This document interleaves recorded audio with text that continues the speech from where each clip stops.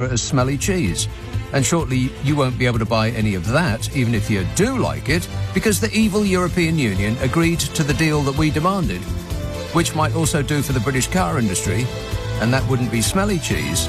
That would be hard cheese for the millions of workers employed in it and the rest of us poor dopes who pay taxes. That and more coming up with me, Nick Abbot, after the new news at 10 on LBC. On your radio, on Global Player, and Play LBC. leading Britain's conversation. This is LBC. From Global's newsroom at 10 o'clock, Ukraine's president has thanked leaders at the G7 summit in Japan for the support they've shown his country. It follows a decision by the White House to approve plans for Western allies to send American-made fighter jets to Kyiv.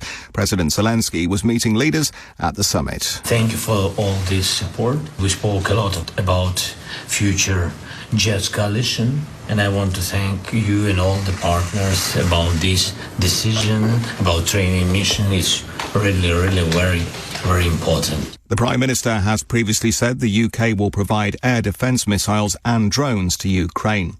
Philip Schofield says he's agreed to step down from presenting ITV's This Morning after more than 20 years. It follows ongoing reports of a rift between him and his co-presenter Holly Willoughby. She says the sofa won't feel the same without him. The entertainment journalist Caroline Frost says something had to give. I think the last few weeks, as he says in his statement, it's no good thing when people who are meant to be bringing other people's stories into our living rooms themselves become the story. At that point, the cracks between this incredibly powerful for over a decade relationship and chemistry and duo, the cracks were just there, too visible to be ignored. Sinn Féin's Vice President Michelle O'Neill is hailing a momentous election result, with the party now due to become the largest in the councils of Northern Ireland. By 7 o'clock this evening, it had 138 elected councillors after making gains across the region. The result means the largest party at Stormont is now also the largest in local government. Michelle O'Neill says the Democratic Unionist Party should respect the mandate and restore power sharing. There shouldn't be any delays. We should not be waiting till the autumn to have a restored executive and assembly. There's no reason for it not to be sitting tomorrow, next week. There's no reason for any delay. The DUP are in a battle with the British government, and the people are the collateral damage in the middle of that battle, and that's not acceptable. It's not good enough. Dozens of head teachers have written an open letter saying they're worried about how AI will be regulated inside schools. Yesterday, the Prime Minister promised to make sure the artificial technology will be used safely. In sport this evening, Manchester City are the Premier League champions again without even having to kick a ball. The fact that Arsenal lost 1-0 to Nottingham Forest with one game left to play means City couldn't be caught up in the race for the title. Forest's win also means they now avoid relegation. LBC weather. Rain will turn more persistent across Northern Ireland and Scotland tonight, but dry and chilly elsewhere with a low of 2. Sunny in the south tomorrow, but cloudier further north with a high of 21 degrees. From Global's newsroom for LBC, I'm Tim Daly. This is LBC from Global, leading Britain's conversation with Nick Abbot. Oh, hello there. Very nice to meet you. Well, let's get back to it. Bills could rise after water supplies in England said they were ready to spend £10 billion on tackling sewage spills. Isn't that nice?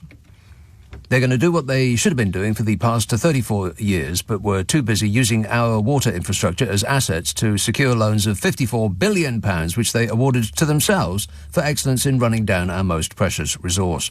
It has to be the biggest heist in history. £54 billion. Do you know how much that is? I mean, when you talk about millions, it seems like a large amount of money. And you would be hard-pressed to imagine what that looks like in actual cash. But when you talk about billions, and it's off the scale. So I looked it up for you. I actually did homework for you. Can you believe that? No. £54 billion. If you stacked £10 notes on top of one another, £1 billion is 6.3 miles high. So £54 billion is 54 times 6.3. which, using maths, I have deduced is 970 miles high of £10 notes. What? 970 miles high of £10 notes. That's what they've taken. Doesn't it make you want to scream? 970 miles high of £10 notes, stacked on top of one another. It's the best part of 1,000 miles of tenors. That is what the water companies have borrowed on the assets of our water industry, and they gave it to themselves. And now they want us to pay for upgrades to the system that might stop us getting covered in sewage.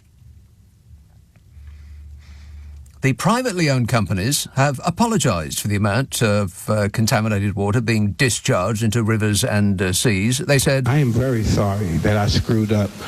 I am so sorry. You just don't know how sorry I am. I'm sorry. Yeah, they're very apologetic. But are they keeping the money? Yes. Yeah, you bet they are. But they're sorry. But they're keeping the money. But they're sorry. So sorry. Keeping the money. In 2022, which sounds like last year to me, raw sewage was dumped into rivers and seas around these parts for 1.75 million hours. 825 times a day, on average, every day, every week, every month, all year. Untreated sewage contains sewage. Bacteria, E. coli, viruses like hepatitis that can be harmful to, everything. Swimming in water where untreated sewage is discharged can lead to serious illnesses such as death. Plus diarrhea and vomiting, as well as respiratory, skin, ear and eye infections, which sounds like everything to me. Could affect everything. But apart from that, everything is fine. Apart from we might die, and the fish are going to die, and the insects are going to die, and the rivers are going to die. And you won't be able to go on the beach because of you-know-what. Oh, the smell of it. But apart from that, everything is fine. Water UK, the body which represents England's 9 water and sewage companies, apologised on behalf of the industry for, quotes, not acting quickly enough. Funny, no? No. Not acting quickly enough. It's been 34 years. Ruth Kelly, the organisation's chair, the chair of Water UK, the body which represents England's 9 water and sewage companies, they got a body. Do we get a body? Anybody representing us? That's worth the seats they're sitting on? Ruth Kelly, the organisation's chair, said, we're sorry about the upset and the anger from the fact that there has been overspills of untreated sewage onto beaches and into rivers these past while. Sorry. Like 1 or 2 happened. It's every day, 825 times a day for 34 straight years. Oh, yeah, sorry about that. We didn't know. She said, we're sorry that we didn't act sooner, but we get it, she said. No, you don't. We get it. No, we get it. Over and over and over again we get it. Thank you, sir. May I have another? We get this, and they get this. Well, it seems like fair. Fair enough. Fair enough for something that was gifted to the private sector as a monopoly on a product that we literally cannot live without. What a way to run a country, eh? Dreadful. And who owns these water companies, you might be asking yourself? Well, in large amounts, we don't know, because they're shrouded in secrecy. We're literally buying water, the most precious thing in life, apart from air, from people, and we don't even know who they are. No idea. The Guardian looked into this, and in large numbers, they just shrugged their shoulders and went, we don't know. Foreign investment firms, as far as they could tell, foreign investment firms, private equity, pension funds, and businesses lodged in tax havens own more than 70% of the water industry in England. Oh, fabulous. Tax havens. Isn't that a surprise? No. More than 3 decades after the sector was sold off with a promise to the public that they would become individual small shareholders, All of our assets were sold off with the promise that we would be individual small shareholders. That was the big lie that was told to us over and over again. Psst, tell Sid, all of that malarkey. Of course we weren't. It's how oligarchs are made. They did the same in Russia. Or we'll spread it all around and give everybody a little piece, and then some Arthur Daly character will come around and buy it all up for threepence halfpenny, and suddenly there'll be a bazillionaire. Same thing here. More than 3 decades after the sector was sold off with the promise that it would be a boon to, us. The little people. Not leprechauns. Control of the water industry is dominated by overseas investment vehicles, the super rich, companies in tax havens and pension fund investors. The ownership structure is such that transparency and accountability are limited. As in, we don't know who they are, we don't know what they're doing, or where they are. But we do know some, a little bit. The Qatar Investment Authority is the 3rd largest shareholder in Severn Trent. Because Qatar is just down the road. Because they're experts in water. They haven't got any water. 10% is held by the US investment company BlackRock as of October last year. A subsidiary of the Abu Dhabi Investment Authority has about a 10% stake in Thames Water. More water experts. Abu Dhabi. 8.7% is owned by China. China. The government is fretting about having Chinese-made CCTV cameras trying to catch us out in box junctions. And about 10% of the water that London drinks is owned by China. 72% of the industry is controlled by 17 firms, almost none of which are British. It's about 90% foreign-owned. Most water firms in England are now privately owned. There's only 3 that are listed on the stock exchange. And, of course, the private ones, well, we know very little about. But, their shares are... and even the ones that are listed on the stock exchange, their shares are owned largely by the same type of infrastructure funds and private equity firms that own water companies in private hands.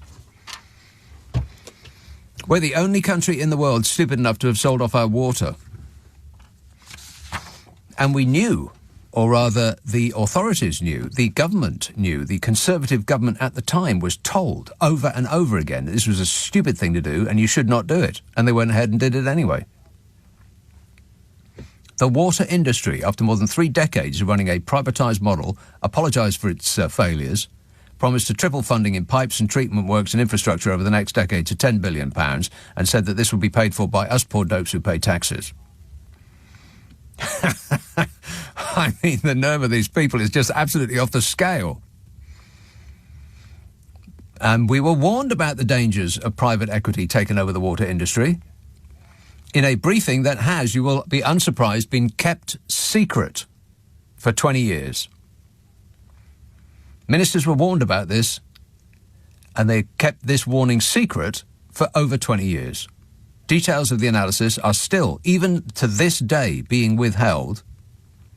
It's probably being withheld because of integrity and professionalism and accountability. This government will have integrity, professionalism and accountability at every level. Every level. Yeah, sure. The report being withheld from publication, even today, predicted the state of the privatised water industry and warned against private equity being allowed to move into water firms. Why would any country be so stupid as to allow private equity to take control of their water supplies, for crying out loud? This whole country's gone insane. The report was prepared for the Competition Commission in 2002 and has never been published in full. Because of accountability and transparency. And who was in charge? And it was it should have been released on the 20-year rule. But, you know, when governments have been trying to keep something secret for 20 years and those 20 years come up and they still don't want to keep it secret, they just think, oh, well, you know, never mind. Rules are for the little people, not leprechauns. The little people, Bodge. Yeah. Wait. Yeah, that's right. Not for Bodger, because he was in charge last summer. If you can remember back last summer, all those prime ministers ago, I do believe that Bodger was in charge. Now, it could have been released, but somebody at the very, very top said no. Hell no, they said. Was it you, Bodge?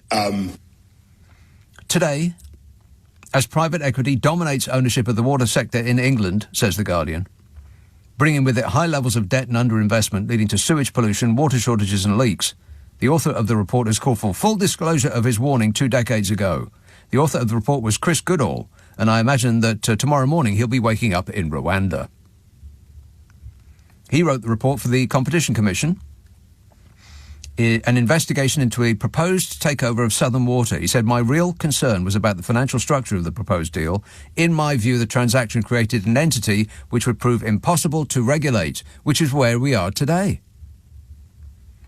A company is saying, yeah, sorry for the last 34 years. Now, would you like to pay us to get us to do the things that we should have been doing for 3 decades?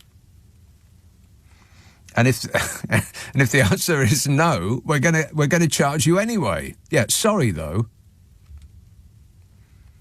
Chris Goodall, who wrote this report that has been kept secret, said large external private equity shareholders would load the company with debt, and Ofwat, the supposed regulator, inevitably would lose any regulatory control. For example, it would prove extremely difficult to ensure that water companies invested enough in sewage control. He said that 20 years ago, and he has proved completely correct in every respect.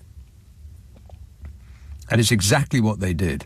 Private equity shareholders loaded the company with debt and gave that debt to themselves as excellence in being them.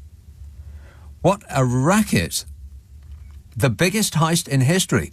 Has any entity got away with more than £54 billion? Because I'd love to know. This year, the chief executive of Thames Water, Sarah Bentley, admitted high levels of pollution in rivers were the result of decades of underinvestment by the privatised water company. You know, like she couldn't do anything about it. But sorry.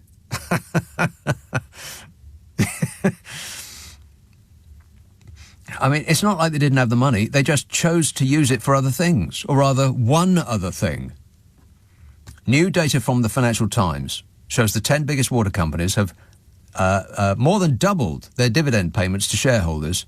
Just last year, £1.4 billion. £1.4 billion in 1 year. They just awarded it to themselves for excellence in being them. That's where the money went. They laden the companies with debt and gave the money that they borrowed to themselves. We are the biggest mugs on earth. We're the only country in the world to have been stupid enough to get conned into gifting a monopoly on life's most essential service to private companies. And the government knew what would happen. They were told what would happen, and they went ahead and did it anyway. It was Margaret Thatcher. One of her little ideas. And I would say that she was the worst Prime Minister of all time, except there's been so many contenders just lately. Absolutely. 0345 6060 973. Text 84850. Email nick@lbc.co.uk. If you're on Twitter, it's @LBC. Friday, Saturday, Sunday night at 10. Nick Abbott, LBC. This is LBC. This is LBC with Nick Abbott. Call 0345 6060 973. Text 84850. Alexa, send a comment to LBC. He is a very sick and dangerous man. Yes, I'm a very sick man. I've been drinking water. I don't recommend it. Text and tweets and such from last night. Chris says the Rigby-Sunak interview reminded me of the Action Man toy from years ago. It had a string on it, and when you pulled the string, it would just say the same few words over and over and over again. The same few words over and over and over again. I'm gripping it. I'm gripping it. I'm gripping it. I'm gripping it. He's gripping it. I'm just concentrating on the people's priorities. Marcus says, this government makes me feel I'm invisible and being talked over all the time. It's as if the public don't exist. Correctamundo, Marcus. You exist to pay taxes and shut up. The end. Anna says, the world has changed. We need a leader who will capitalise on the independence Brexit gives us and the British people voted for. Not an apologetic, unimaginative coward. The world has changed. We need a leader who will capitalise on the independence Brexit gives us as the British people voted for. Not an apologetic, unimaginative coward. I'll sum that message up for you. What independence can we capitalise from Brexit? What are the upsides? Can you think of any? Oh, there's a priceless video going around of one of those Looney... Well, I don't know whether he's a Looney Tune or not. One of those nice men at the National Conservatism rally. You know, that rally that they had? Shouting about small boats all the time. You know, the rally about we were being invaded. And he was asked what are the benefits of Brexit. I wish I could remember what he said now, because he just stared into the distance for a really long time and said something like, God, I only saw it like a couple of hours ago, but I've forgotten what he said. It was something as silly as, now we can buy straight bananas. It wasn't that, but it was something along those lines. And the interviewer said, well, okay, yeah, that's great. Can you think of anything else more substantive? And this cloud of incomprehension comes over his face as he tries desperately to think of something else and fails to do it. You know, I cannot believe that I got this far this week without noticing the name of the rally. National Conservatism, or, for short, NATC. It was a NATC rally. Now, are we being gaslit on steroids, or did they really not notice that? The Conservatives just had a NATC rally. Can you believe that? Yes. Yes. Absolutely. Hampshire, Tom. Yes. Tom. Yes, Nick. Please, can you get off your soapbox for 5 minutes and let somebody else talk?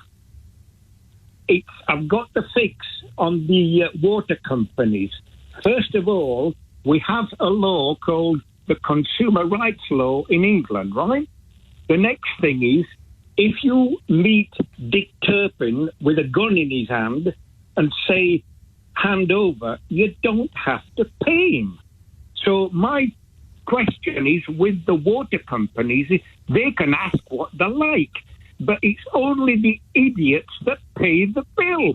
If all the country refuse to pay the water rate, then it's not the company, it's not the people's problem, it's the company's problem. Right, okay, you go first.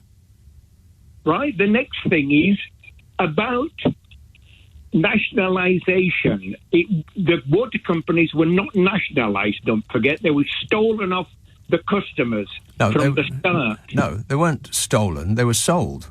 Given, essentially. They were they were stolen from the company. They weren't stolen, Tom. They were given away, essentially, or sold, more accurately. Yeah, I have got a fix for taking them back. Wow, you're just full of fixes, you. No, the public can take the water companies back. Oh, yeah. Go on, then. Yeah, for the simple reason is, at nationalisation, the government stipulated that the public would not be responsible for assets. In other words, the company, what you're arguing with now is that the company should pay for the assets, right? Which means that... No, not pay for the assets. What do you mean, pay for the assets? They pay for the, assets are improvements, investments. Right, that's not assets, that's improvements. But go on. Yeah, well, improvements to the assets. Yeah, well, the improvements show as an asset on the finance returns. Oh, so my question, expert. Yeah, my question is, what should happen is that since the privatisation, when we are not responsible for investment, the investment should come from the company. At the time, there was a valuation of the company at the time of privatisation, right? You know what was... you know when the show was better, Tom? What? When it was just me on my soapbox, instead of you dragging us down with all of this nonsense. You refuse to pay your bill first. Go ahead and then call me back next week and see what happens. All right. Thanks a lot, mate. Well, you know, when you start with an attack, don't expect to stick around a long time. He was on way longer than he should have been. That's because I'm a kind and generous person. Ahmed emails Kemi Badenough said that the UK car company's concerns about tariffs added for cars being exported to the EU next year has nothing to do with Brexit. The government are now peeing on our leg and telling us it's raining. Yes, the car companies are saying that we might have to shut up shop and go and work in Europe or America or Japan or wherever it is because of this stupid Brexit deal that you organised. The car companies are actually saying that. They're saying if you don't reorganise this Brexit deal, if you don't renegotiate this stupid deal that melting candle David Frost organised, then we're going to have to shut up shop and say goodbye. And Kemi Badenough, the actual business blooming minister, said, oh, no, it isn't. It's not the problems that the car industry have aren't the fault of Brexit at all. It's absolutely staggering what is happening in this country. We're being run by lunatics. Ford, Jaguar Land Rover, Vauxhall, Chrysler, Citroën, Fiat all said that we might have to close business in this country unless you reorganise and renegotiate that Brexit trade deal. Pretty much the entire industry that makes cars in this country has said that the problem is the Brexit deal. The business minister, Kemi Badenoff, said, oh, no, the problem's not the Brexit deal. Like she knows anything about car manufacturing. I mean, it's just... at what point do you think they're not actually trying to run the country for the benefit of the people at all? It's like they're putting the country up on bricks and they're stealing the tyres. And it's just, every day that goes by, it becomes more and more mystifying, doesn't it? And then they go on and on and on and on and on and on and on about small boats. Like, that's what people are mostly concerned about. And I can prove that people aren't mostly concerned about it because the person at the very front of that campaign about the small boats is that twisted sister, Cruella Braverman.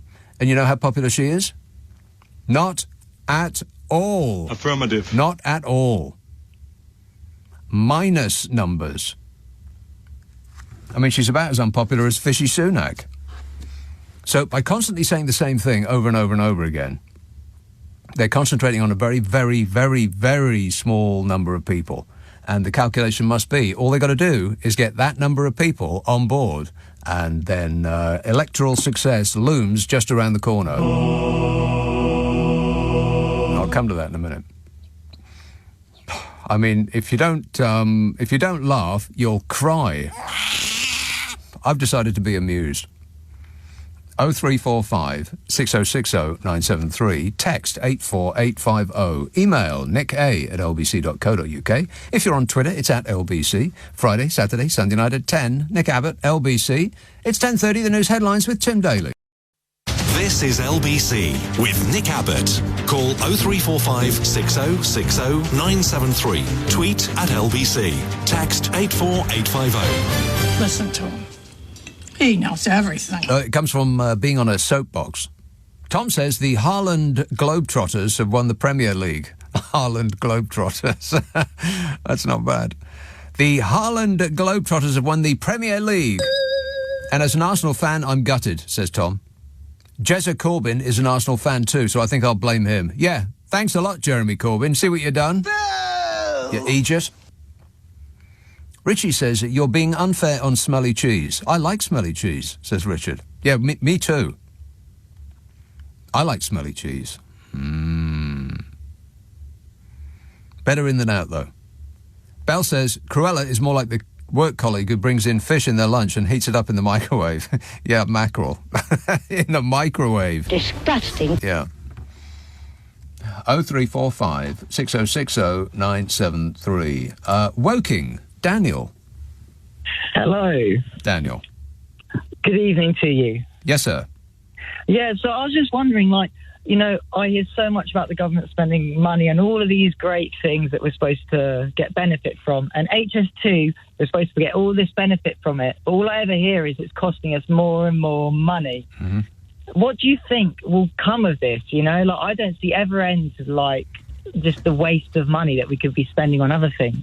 I think the problem with HS2 is they've spent so much money that it is now just going to be too much loss of face to say we screwed up massively and we should cancel it. So no politician is going to brave that. So we're stuck with spending an unlimited amount of money on something that we don't actually need. I mean, I completely agree as well. And you know what? There's so many other greater technologies out there. I mean, look at Japan. Why don't we look at the Japanese and their maglev trains? And they're spending half the amount of money, I think, off the top of my head, on the same kind of technology, well, more advanced technologies, you know? It's just, well, it's just... I don't know anything about maglev trains. That seems like the future to me, but we should be investing in the future rather than investing in something that seems like the past. Yeah, we'll agree on that. I mean, it's just crazy. And then, I mean, sorry, just a brief... short off-topic thing. I worked in the music industry before COVID, and one thing I will say about the government that I'm not happy about is they talk about China doing these debt traps with their Belt and Road initiatives and stuff with other countries. They're basically doing the same initiative with loans for people working in the hospitality industry from COVID, the COVID loans, where people are now being asked for these loans back. And to be honest, the industry hasn't really recovered that much. Well, they keep putting impediments in the way of your recovery. I mean, the part of the music industry you work in, does that involve bands touring? Mainly nightlife, you know, not so much corporate, mainly nightlife. But I really feel for some of my partners in the industry. A lot of them have lost their businesses, lost their homes. And that's right. Yeah, because this government doesn't seem to be remotely interested in anything to do with the arts, particularly anything that young people might like. Like doing the disco dancing, for instance. Exactly. I have to admit, I feel sad because I've given up my role in the industry. I don't work in the industry anymore because it's too tough and too unpredictable. Yeah. Which is a great shame because it's one of the things that we excel at in this country. I mean, you can't say that we do excel at very many things, that we punch above our weight and are preeminent on the whole planet in, and music is one of them. I know, and it's crazy with the history we have as a country and the impact we have as a nation across so many other countries across the world. It's crazy that we just overlook such a massive part of our economy. Did you see Damon Albarn out of Blur and the Gorillaz talking about this, talking about people trying to tour? And it used to be relatively easy as a young musician who hasn't got a bit of money. You could go and camp around Europe, essentially. You know, show up for some festivals and and learn your craft that way. Now you've got to have visa to go into one country and another visa to go into another country, and you've got to fill out 86,000 different forms, and you've got to have insurance and all the rest of it, and it's just killed it stone dead. Unless you are somebody like a multi-millionaire like Damon Albarn or Elton John or one of these people who's already made their money, and they can employ people to deal with all that stuff. Yeah, and they can weather storms like COVID. A lot of them have sold all their rights, now, and they've made millions. Mm-hmm. Yeah. And they've essentially they've benefited most, whilst the rest of the industry has essentially died at their expense. And the amount of nightclubs that have closed down, because of COVID, and then the sort of lack of help and assistance that this sort of closed-minded government has given it, or has given really anything that has anything to do with young people, is absolutely criminal, because once it's gone, it ain't coming back. No, and that's the thing, there's only so much people can give. I gave 4 or 5 years of my life. I had a radio station for young people. It was a community radio station. We had a studio in Japan as well, and we'd broadcast 4 or 5 times a week. My parents would meet everyone as well, and we'd had so many people coming for 4 or 5 years. And I'd love to have kept it going, but we can't anymore. The cost of living crisis is hurting everyone, and I can't charge people. At the end of the day, they're coming to do a show to me. I don't feel like I should charge someone to come and do something where obviously they're promoting themselves. They're also promoting the radio at the same time, and they're promoting the community, you know. And it's just sad that, sadly, like, I would have taken a loan off the government, but I looked through the contract and honestly, I feel like I'm in a better position just shutting up shop. Yeah, exactly. Isn't that? It's absolutely tragic. So, you know, when people come to this country, they come for various reasons. They come because of our history. They come for... If you look at where they go, where tourists actually go, where they spend their money, it's the museums, it's the galleries, it's the stately homes, it's places like that. It's the arts mostly. And we're famous for our artistic prowess. Not, you know, from the Beatles onwards. I mean, still the biggest band in the world ever, the Beatles, and people come specifically for that band. They go to Liverpool and they do the tours and stuff. But we're also famous for our nightclubbing. And our, and after the Beatles was the Stones and the Who, and thousands of bands that you could mention in association with this, and that's why people come.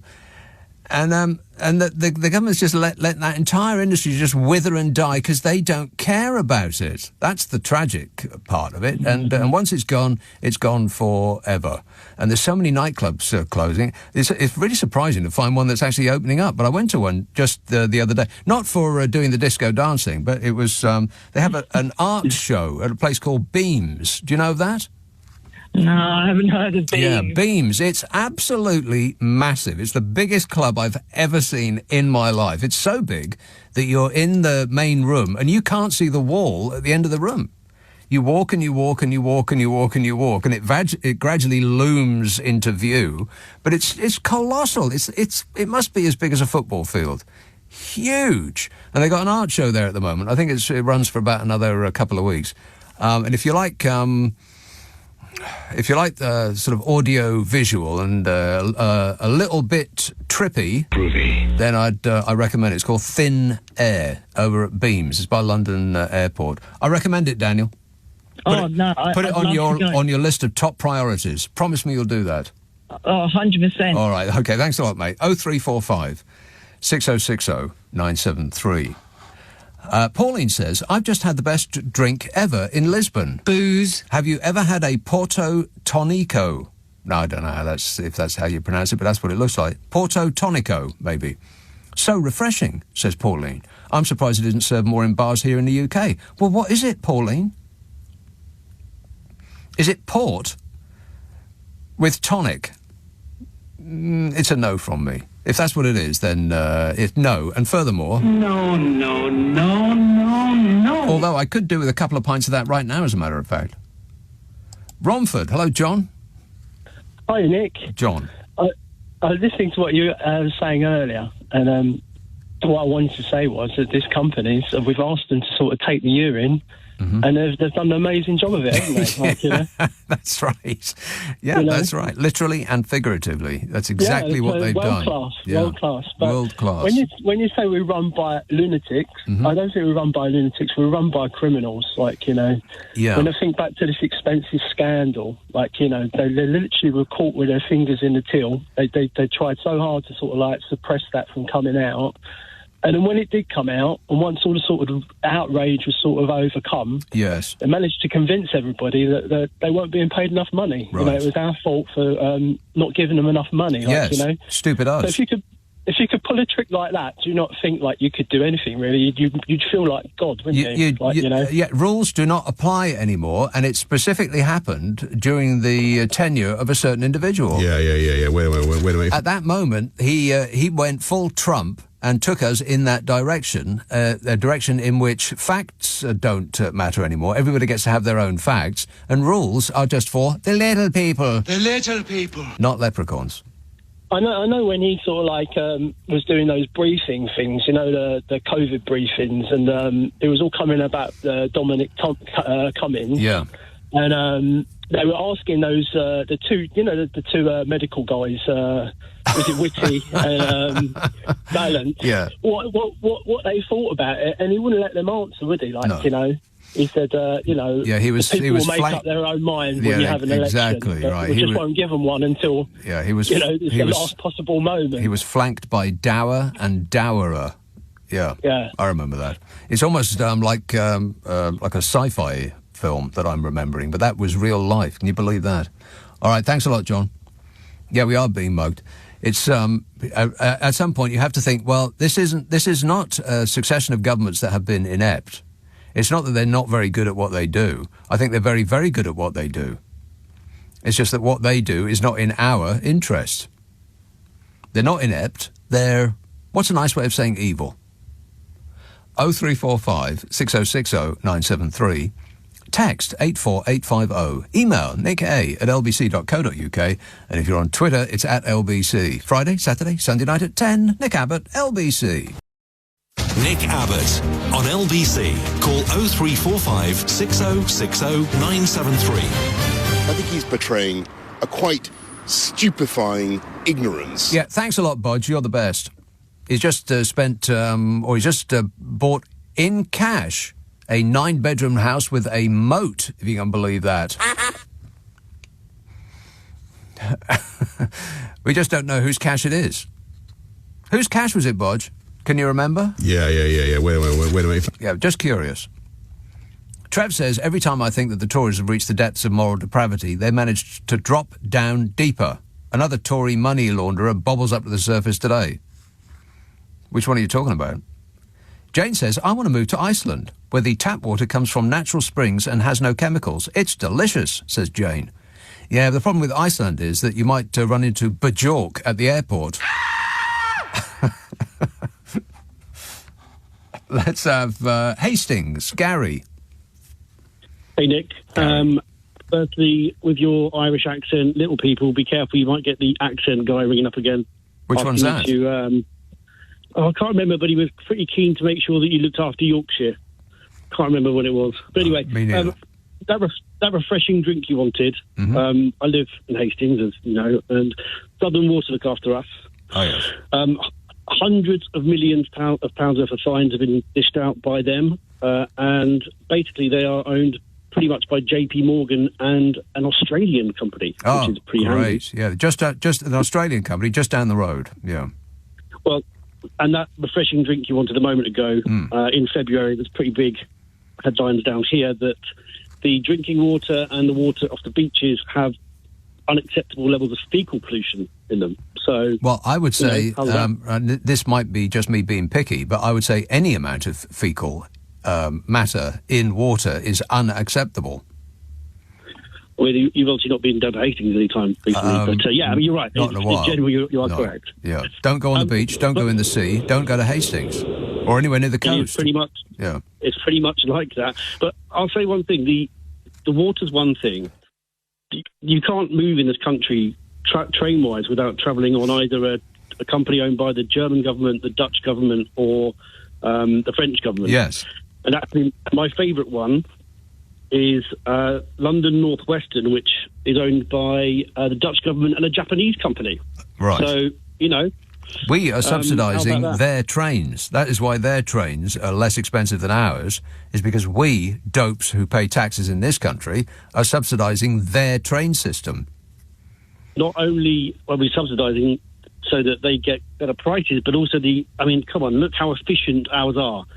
Ours are so efficient that Grant Shapps had to renationalise Southeastern. Yeah. And I'll say this: I've not got anything good to say about any of the people in power right now, and I really don't have much to say about Grant Shapps. But he did oversee the renationalisation of Southeastern Rail. Well, I think it's for a limited time only. I don't think it's the plan is to keep it. I'm sure they're going to flog it off to the lowest bidder. I think pretty sure that North Korea will be running them soon, if we're lucky. All right, thanks for the bad news, Gary. 0345 6060 973. Caroline says, all this information about the fresh, delicious sewage that is running around our rivers and across our shores. She says that's why wild swimming is probably not a good idea. Yeah, probably not a good idea. No. Don't go into any body of water that is not surrounded by tiles. That's my best suggestion to you. Richard says the water company's profits should be stopped from vanishing into offshore tax havens. It's not spillage of sewage, it's dumping. Yeah, maybe you could have used a different word there, but I think that is true. Dumps. They call them dumps. Big, massive dumps. Big, massive dumps all over. Don is right, yeah. I mean, if they keep making the same mistake for 34 years in a row, it's not a mistake, it's the plan. Nobody keeps making the same mistake for 34 years. No one, no company, no individual ever in history has made the same mistake 34 years in a row, every day for 34 years, and still claims, whoopsie doodle, sorry about that. We're such mugs in this country. It's absolutely staggering what's gone on here. Belsize Park. Hello, Judy. Hello. Judy. Right, you had a gentleman on a little earlier talking about HS2. Yes. Now, you know Belsize Park well because you used to live here. Correct. There's a massive road called Adelaide Road that connects Swiss Cottage to Camden Town, to Chalk Farm. Oh, yeah. They've been digging for about, I don't know how many years, for HS2, all along the side of the existing railway line. Oh, yeah. Yesterday, we got a notification through our door, and it says, notice of pause to works at Adelaide Road site, with a website of hs2.org.uk, so you can do some homework and check it all out. I most certainly will not do anything of the sort. And it says, most work to come to a safe stop from spring 2024 until spring 2025. Note, these dates are subject to change. Then it says what to expect during the pause to the works. Go on. The hoarding will remain in place. We will have 24-hour security. Great. Some ongoing work within and outside the site. Yeah. Other than that? Says, there's whole pages of this, so I can't read the whole thing to you. But I'm sure if you go onto the website, there will be stuff on there. Well, if only I could, yeah. But unfortunately, I don't want to. There's pictures, there's drawings, and it's headed notification with a big exclamation mark, and it's caused... Does it put a smile? Is there a smiley face anywhere on there? It hasn't got a smiley face, but it says the whole lot is kind of grinding to a halt for at least 2 years, but they're not very specific about how long. Everything about it is wrapped up in stupid, and the things that aren't stupid are incontestably daft. The whole point with making this line in the first place was to increase the traffic between us and England's second largest city, Birmingham. Right? It was to not only make traffic, both ways for all sorts of things, for people and for goods and all of that. It was to make it to increase the amount of traffic available, but also to make it quicker. But the big problem is, I mean, it's staggering that it's absolutely incredible that they have spent this much money and they're not even going to go from Birmingham to London. They're going to stop at some point outside London. If they do actually go to London, they're going to the wrong station. Because if their intention is to increase business traffic, business persons will want to go from Birmingham to London and then to Europe, which is still going to be our biggest trading partner. And what they're going to have to do if they want to do that is to get into Euston, which is London's worst station. It's not going to Euston. No, right, but this was the plan. I know at the moment it's not going to go to Euston, it's going to go to some place I can't even remember the name of. It's not even near London. Huh? Old Oak Common. Right, wherever that is. Nobody knows. It's ridiculous. You will have to change trains. I worked it out. I can't do it all now, and you haven't got time, but there's about 6 changes you would have to make, schlepping your cases from the south of France to get to Edinburgh, which is eventually where it's meant to finish. It's not going into the airport in Birmingham. Isn't that incredible? And it's not going anywhere near any airport in London. It's going to Euston. So a business person is going to have to get out at Euston, the worst train station in London, and then drag their little wheeled suitcase behind them down one of the most polluted roads in Europe to get from Euston to King's Cross, where they're going to have to get into another train and use that to get to Europe. Only in this country could we screw up something so spectacularly badly and still spend £100 billion doing it. But it's also not going to the exhibition centre in Birmingham. It's not going near there either. And the exhibition centre is quite an important place in Birmingham. Exactly. It's why most business persons would be going there in the first place. Yeah. Well, the whole thing is completely insane. Staggering. But as I say, I phoned because this other gentleman phoned before. Yeah.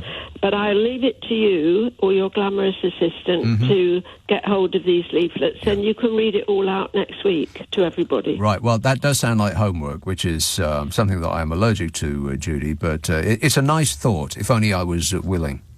Shall I fax it to you? No, seriously, I still have a fax machine. Yeah, you could fax it to me. Post it to 1980, when people used to do such things. All right. Thanks a lot, Judy. Fax. No thanks. 0345 6060 973. Text 84850. Email nicka@lbc.co.uk. And if you're on Twitter, it's at LBC. By the way, I do 3 podcasts. One's called the Nick Abbot Habit. I just edited the one that's coming out on Monday today. And it's got some funny stuff in it. If you have a half an hour and you wish to be amused, I think it'd be right up your alley. It's called The Nick Abbot Habit. Ask for it by name on an internet near you. It's on Global Player. The Nick Abbot Habit.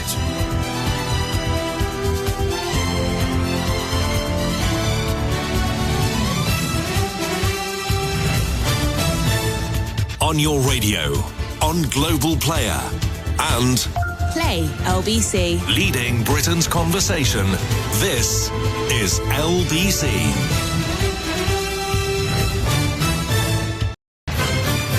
This is LBC from Global, leading Britain's conversation with Nick Abbott. Hello, boys.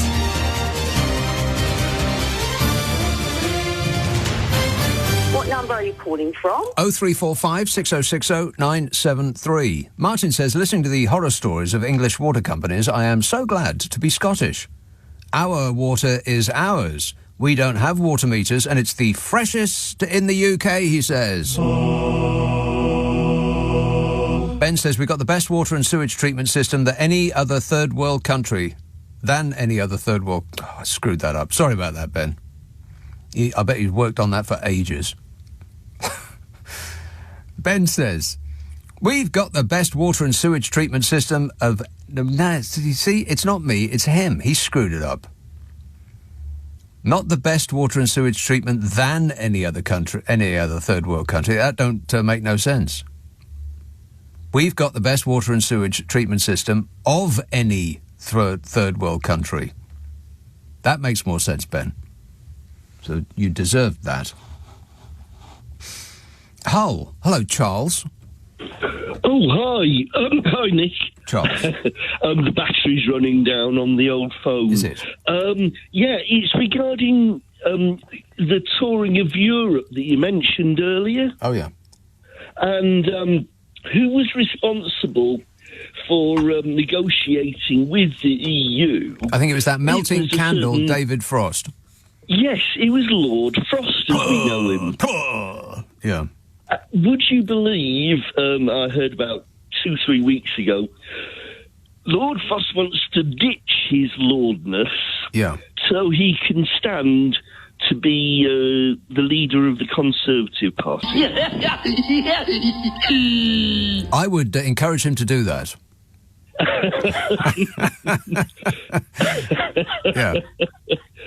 I hope he does just that. Yeah, I hope it's a fight to the death, a smackdown with him and Kemi Badenoch. Yeah. With Cruella as deputy.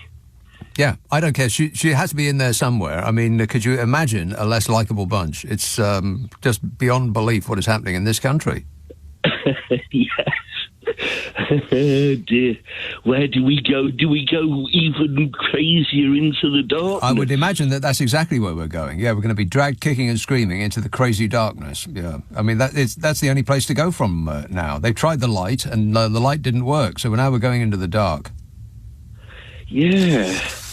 Well, with that, I think I'll just make myself some a nice cup toast. of tea, yeah, or a nice cup of toast, yeah. A cup of toast. A cup of toast, whichever you like. All right, enjoy. Thanks a lot, Charles.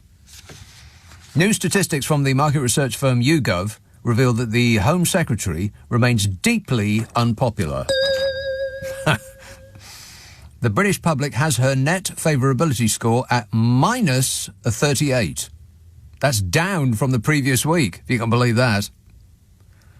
Hey, Fishy Sunak, you keep droning on about the people's priorities. Well, the people's top priority is getting rid of Cruella Braverman, that twisted sister, and everyone else that sits around the table of shame in the Cabinet Office. Maybe you could put that as your top priority. It's the country's number one priority. That's what I'm saying. Only 14% of Britons have a favourable view of Cruella Braverman, which puts into perspective her various unhinged pronouncements. She and her predecessor, and the oily chump in number 10, keep telling us that they're concentrated on delivering the people's priorities, but the people don't like what they're saying at all. So it's not the people's priorities. They're lying about that and everything else. All that hatred isn't going down too well. Hey, Fishy, what else have you got? Could you try and bring us on side with your running of the economy? No, OK. Law and order? No. The NHS safe in your hands? No. OK, well, stick with the hate, then. At least 14% of us think that's super. I mean, you've got the mouth breathers and the knuckle draggers. You really are cutting through with the dingaling fraternity. And as for the doe-eyed hair model himself, Prime Minister Rishi Sunak has a negative net favourability score in this poll. 3 in 10 Brits, only 3 in 10, have a favourable view of him. 6 in 10 have an unfavourable view of him, which means that one just wasn't that sure. They said, dunno. What do you think, Bodge? He doesn't know either. Unwilling to say. Unwilling to say unless there's money on the table.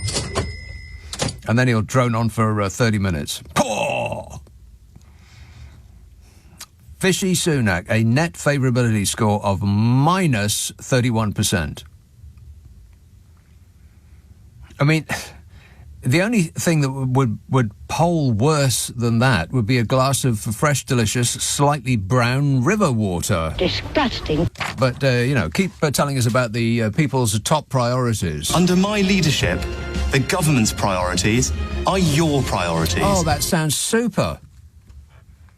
They're your priorities. I must practice that so much. And that hurt little look that he gets when he's asked a question by some inquisitive journalist. Then he goes into robot mode every single time. Well, I'm just concentrating on our top 5 priorities, which are 1, stop the boats, 2, stop the boats, 3, stop the boats, 4, stop the boats, and 5, stop the boats. That's his top 5 priorities. How's he doing so far? Oh, fabulous. Yeah, not that great. Hornchurch, hello, Andy.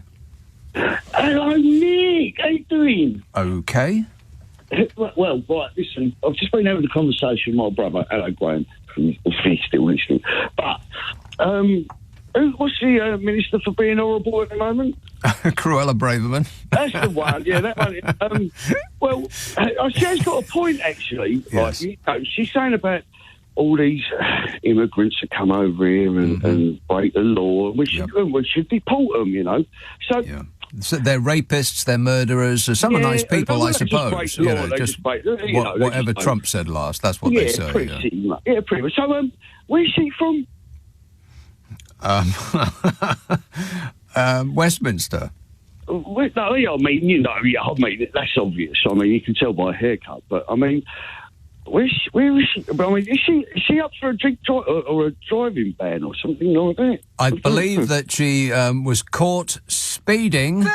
No. And then she denies any knowledge of it. But her office apparently asked on her behalf, unbeknownst to her, if she couldn't do a one-to-one private driving course rather than getting... No, they don't like that. They don't know. Yeah, rather than getting points on her licence. But she says that she has no knowledge of this, and this was other people that were acting on her behalf. That's believable, isn't it? Listen, every word. You got to take everything as gospel. She's doing it for the will of the people. That's right. And just working hard for our benefit. So if I'm one of the people, that plane to Rwanda, is she going to lead by example and maybe book her own ticket if she's... Absolutely, Andy. No. Oh, really? No, she's been there on an all expenses paid holiday to glance over the facilities and has declared them if everything was like, the best that she's ever seen, which is a bit odd because if Rwanda is so great, then how come it's going to be something that will put fear into people coming over here? Because she made it sound like a holiday destination. Why would anybody decide not to come here because of the fear of going to Rwanda if Rwanda is like centre parks with great weather? Think about that for a second. Got to go, Andy. Thanks a lot, mate. 0345 6060 973. Jim says, if the Tories win the next general election, it occurs to me that the only thing left to privatise is the air. Maybe they could charge us by the gulp, and we could all save money by holding our breath. It's the only thing they haven't actually sold. I mean, they've routed through the cutlery drawer, and they sold all the silver in there, and then they've routed through the cabinets to, find anything that's worth a bob, and they've sold all of that. And they sold it all for a quick profit for persons unknown. I mean, it certainly didn't make us any money. Did you benefit from the sale of the gas and the electricity and the trains and the water and any of that? No, none of us did. The money just disappeared. It's gone. And now they haven't got anything to sell anymore. I mean, what else can they actually sell? Apart from the land. And that's where freeports come in. They're going to sell the land right from underneath your feet and gift it to corporations who will be running those areas in the manner of a corporation. And if you are waiting for the kindness of corporations, then you're in for a long wait. That is actually what they're doing. They've thought, what the hell else can we sell? Just to make a fiver. Oh, I know, the land. They can't sell the air because it's too difficult to package. And people would refuse to pay their bill and keep breathing anyway. So what else have they got? The land underneath us. So that's what they're at now. And gaslighting us by telling us that they're doing us a favour and that they could only make this happen outside of the European Union, which is another lie. God, will they ever stop? Because we used to have free ports in the European Union. The European Union has free ports. Not the terrifying type that I think the Tories are proposing for us. The type where corporations will be able to just make their own rules up about how they pay you and what your benefits and so on, your employment terms are. Not just gifting vast tracts of land to companies to run as they choose, little fiefdoms, little kingdoms they'll be packaging up and gifting. But yeah, they've got them in the European Union. We had them here and they didn't work. They seem to be incapable of saying anything that's actually true. It's scary. What's happened is Donald Trump started this. It used to be that you couldn't just lie all the time straight down the camera lens and be proven to have lied and just keep repeating the lie. It would be embarrassing for a politician of old to do that. And then Donald Trump came along and he just blew all that away. So to hell with that. There are no rules written down that says I can't do that. So I'm going to go ahead and do it anyway. And you fact check me if you like. I'm going to acquire millions of fans who will bellow their disapproval if you fact check me. Because the world of facts is over and everybody gets to have their own truth now. And this guy came along. Yeah. Wait I thought, yeah, me too. I can be his mini-me. That's the route to success. Misinformation is the route to success, because by the time the interview is over and journalists start beavering away and they're fact-checking this and that and, trying to find out whether we do actually have more people employed than we did before the COVID pandemic, then the lie that, in that instance, that we do have many more people employed has gone right around the country and everybody believes it, and the fact-check gets buried. It's just one journalist with their finger in the air saying, well, that's not quite true, but they get steamrollered by this. Yeah. Wait a minute. It's, we've gone full Trump in this country. And our version of Trump is still in power. I mean, at least America has said ta-ta to their version. They said... Bye-bye. Yeah. We're still waiting. Still waiting to say bye-bye. 0345 6060 973. Text 84850. Email nicka@lbc.co.uk. And if you're on Twitter, it's @LBC. Friday, Saturday, Sunday night at 10. Nick Abbott, LBC. This is LBC. Nick Abbott on LBC. Call 0345 6060 973. Do not panic! Do not panic! We are trained professionals! Yes, we are trained professionals, says the government. Do not panic. They have everything under control. Post-Brexit trading arrangements with the EU threaten the very existence of our car industry, says the car industry. They employ 800,000 people and millions more in associated businesses. Ford, Jaguar Land Rover and the owners of Vauxhall have said that post-Brexit trading arrangements with the EU that were negotiated by our expert trade negotiators threaten the very existence of the entire automotive industry in this country. But, what do Ford, Jaguar Land Rover and the owners of Vauxhall know about cars compared to expert Tory Business and Trade Secretary Kemi Badenoch, who said that the issue with the UK's car sector has got nothing to do with Brexit. What? Yeah. Well, the whole world's gone insane. I mean, can these people hear themselves? The entire car industry is saying that they might shut up shop in this country because of the difficulties that Brexit has caused their businesses, and the actual business blooming secretary says they don't know what they're talking about and it's got nothing to do with Brexit. Like she's using an old Jedi mind trick. These are not the droids you're looking for. Trouble is, she's not a Jedi. She's more like Jar Jar Binks. I'm gripping it. Well, he is, anyway.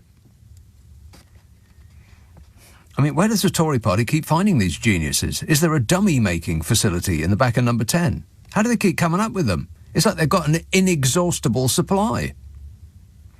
Even Fishy Sunak has admitted as much, that the car industry is on its uppers because of the Brexit deal. I mean, he didn't say it out loud, of course. I mean, he's still pretending that everything is great in Brexit land. Liar! Making up stories about how Brexit is his number one priority. Is his number one priority. It's the country's number one priority. Yeah, saying how great Brexit is. The country's number one priority. He's working on it night and day.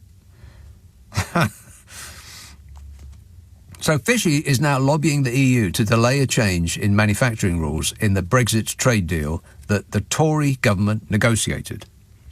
This is after Vauxhall's parent company warned that it could shut its UK factories. I mean, what else have we got left? What else do we actually make in this country? I mean, that's the nature of our freedom and sovereignty. We will now be crawling across the carpet and begging for favours from the EU so as not to lose an industry that employs millions of people and earns us billions of pounds because of all the things that we promised if we voted out have been shown to be a pack of lies. Told to us by a pack of liars. Isn't that right, Bodger? I can't comment on that. Not commenting on that. Stellantis, which owns Peugeot and Chrysler and Citroën, said it will be unable to keep a commitment to make electric vehicles in this country without changes to Bodger Johnson's trade and cooperation agreement. And that was that melting candle David Frost. Wasn't he in charge of negotiating that trade agreement? That genius. I mean, what are his skills, apart from penning articles about how well everything would be going if only people listen to him more? The government is lobbying the EU to delay a deadline of 2024 for changes in how much an electric car should be manufactured in the UK to avoid taxes. And Stellantis, the company that owns Peugeot and Citroën and Fiat as well, I think, they call on the government to reach an agreement with the EU to maintain the existing rules until 2027, rather than 2024, which is next year. The planned changes state that 45% of an electric car's value should originate in the UK or the EU to qualify for trade without tariffs. And if you can't do that, if you don't meet those requirements, then the car could be hit by 10% as a tax, which means that no company will make a car here because 80% of the cars that we make are selling abroad. And if you went to a car showroom and you saw two cars side by side and they were exactly the blooming same and one was 10% more, which one would you choose? Exactly. So without meeting the requirements, car manufacturers in the UK could be hit with a 10% tariff, making domestic production and exports uncompetitive with cars built everywhere else. And then the whole car industry in this country goes belly up. But, you know, at least we'll be free. Free from having to count all that money. Free from earning all that money in the first place. Free from having all those jobs. So Stellantis, the parent company of Vauxhall, Citroën, Peugeot and Fiat, which employs more than 5,000 workers in the UK, and an uncountable number of other people who have associated industries, they said that they would make electric vehicles at Ellesmere Port and Luton. They said that a couple of years ago.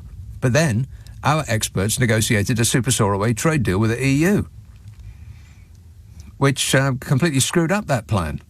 Rules of origin of electric cars and batteries, among the final parts of the Brexit deal, agreed by Bodger Johnson.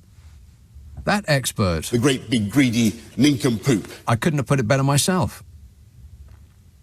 The professor of business economics at Birmingham Business School said the trade rules issue was an existential threat to the UK car industry. But, you know, what does a professor of business economics know about business economics? Compared to you-know-who.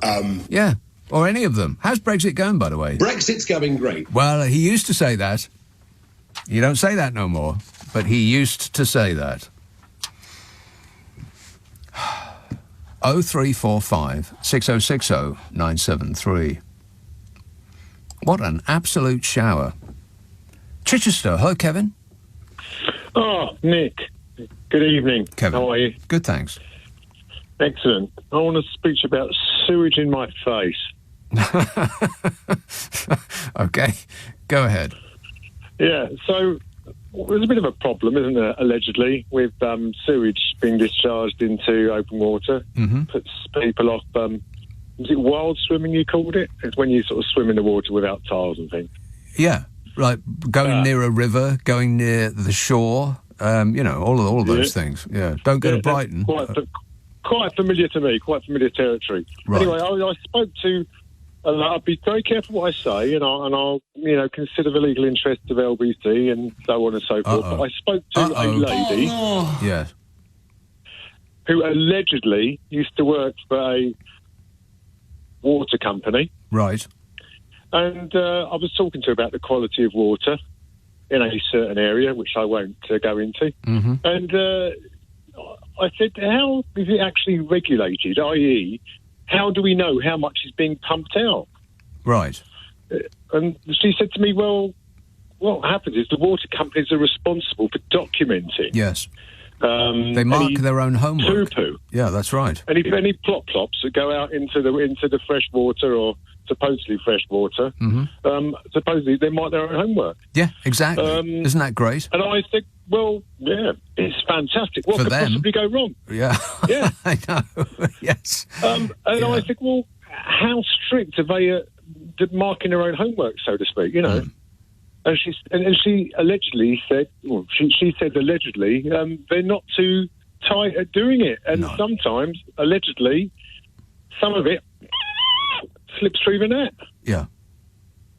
Nasty old business. So I think there needs to be some sort of I don't know, third party, like a watchdog, like something like that. Yeah, like a watchdog. I can be a poo sniffer, Nick, with a clipboard. Well, that sounds great, Kevin. Can you give us your CV? Post your CV. Have you got a telex number? Can I send you a telex? Yeah, send us a telegram if you can. Go to a local post office and write us a telegram, and we'll consider it at our leisure. Thanks a lot, Kevin. He's got sewage all over his face. His beautiful face. 0345 6060 973.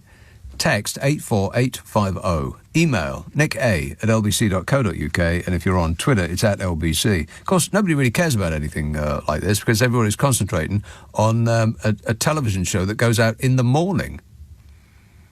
I can't believe it. I mean, the amount of coverage that's been the sort of exhaustive coverage that has been going on about a television programme that goes out in the morning is just absolutely staggering to me. Who's watching that show? Apart from people off sick and the residents of retirement homes who have lost the remote. Curious. I'll add it to the things that mystify me. You can call me Mr. Fide. 0345 6060 973. It's 11:30, the news headlines with Tim Daly. Leading Britain's conversation. Nick Abbott. Alexa, send a comment to LBC. Right, so what are we doing? Given we're doing a radio show, but it does remind me that I do a podcast with Carol McGiffin. Oh, right, yeah. Now, we are taping tomorrow at lunchtime for the episode that will come out on Monday. And the idea of the podcast is that Carol McGiffin and I try to solve people's problems while guffawing like seals. Now, if you want us to have a bash at your issue, you're going to have to tell us what it is. We're not mind readers. Send it to the following address, nickandcarol@global.com, nickandcarol @global.com, and prepare yourself for total satisfaction. Oh, right, yeah. Ask for it by name on an internet near you. What's your problem with Nick and Carol? There's 150 plus episodes up there. I can't quite get my head around it that we've done that many, but we have. And it's funny stuff. I mean, it really is. It makes me laugh, and it makes her laugh. And I think it'll make you laugh too. What's your problem with Nick and Carol? Ask for it by name on an internet near you. It's on Global Player. Right, let's have a call in Regent's Park. Vance. Hi, Nick. Vance. Talking about deceptions and lies and evil and stuff like that. Yeah. I don't think many many members of the public realise how insidious this has gone. It's not just from government ministers; it's from things like the Competition and Markets Authority. Today there was a really interesting article in The Guardian about privatisation of water. Yes. And they interviewed a guy called Chris Goodall, an expert on water management. If you had been listening to this show earlier on, then you would have heard me cover this precise ground. Oh, I did. I only came on about 40 minutes ago. What? Did you quote the little paragraph justifying the exemption? from releasing it to the public? I'll pick up my notes from the floor and go over them for your convenience. Now, wait a minute. One moment, please. This was a fellow who wrote a report about 20 years ago that said that the dangers of privatising water was that private equity would load it up with debt and then give that money to themselves, and we, the little people, would be screwed. That's right. Yeah. And the report should have been released last autumn, but the CMA has withheld it. Correct. After 20 years, they're supposed to release stuff that was kept secret, because at that point you'd think that the ministers who it would impact would have left their jobs by then. So that's why they keep this stuff for 20 years. And some things they keep for 100 years or more, like royal wills and stuff. And so it was supposed to be out last summer. But a certain individual was in power at the time, and I'm not saying that he had anything to do with it, but he might have had something to do with it. Yeah. Wait a minute. But there's a ridiculous justification that the CMA has given for withholding it. I'll just read it. It's just about 40 words long. This exemption provides that information intended for future publication is exempt from release, provided the public interest in maintaining the exemption outweighs the public interest in release. What are they talking about, Nick? No idea. I'm a member of the public. It's in my interest to know what the report said. Yes. I mean, this is gobbledygook. It's crap. It's nonsense. It's absolutely everything, which we shouldn't be putting up with. It's gaslighting on steroids. They're telling you that something that is of interest to you and that is vital for public scrutiny is not in the public interest to release. Yeah. What can one do but I know. What can you do but scream? I just can't stand it anymore. Yes, me too. Hey, cheers, Nick. All right, thanks a lot, Vance. It is almost like living in an alternate reality, isn't it? Wake up, sheeple. It's later than you think. Rona texts regarding the 1,000-mile-high pile of £10 notes, which is the exact amount that the water industry has acquired in debt, and then they've given that money to themselves. I mean, it's amazing what's happened. It is absolutely unbelievable. And this guy that we were just talking about, he predicted this 20 years ago. I mean, you don't have to be any kind of genius. People run hedge funds and private equity in order to get rich quickly. How do you get rich quickly? You buy a company and then you borrow a vast amount of money based on the assets of that company. You give that money to yourself, and then you say, well, the company's not viable, it owns all this money. And then you waltz off into the sunset to buy a solid gold boat. I mean, they do it over and over and over again. Vulture capitalism. And this is exactly what's happened to the water industry. They said, wow, look at all this infrastructure that we've got. This is worth a ton and a half. So can we please have £54 billion in cash? And then they gave that money to themselves. So now, even if we were to try to renationalise the water industry, it would cost us £54 billion. Now, remember, we gifted these companies debt-free. Or rather, Margaret Thatcher did, because she was the person behind all this. She was the person behind us selling off everything that we used to call our own, that ain't our own no more. Which is why I suspect that we have among the highest water bills in Europe, and we have the highest, I think we have the highest electricity bills in Europe. I'm not sure about gas, but all of the things, we have the most expensive rail system in Europe. All of the things that used to be run for the benefit of the people, the little people. The little people. Not leprechauns. Now is run for the benefit of the already super rich who exist as only as clouds of mist for tax reasons.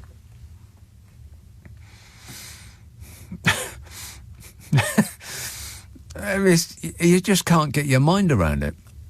Anyway, if you put £10 notes on top of each other to get to the amount that the water companies have given themselves in cash for excellence in being them that are borrowed on what used to be ours, you'd have to put a pile of £10 notes 1,000 miles high.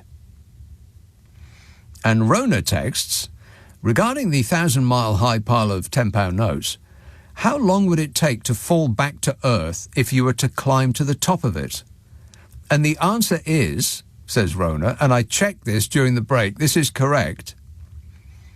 If you pile £10 notes on top of each other to the amount that the water companies have given themselves over the last 30-odd years, and you climbed to the top and you leapt off, it would take 8.5 hours to fall back to Earth.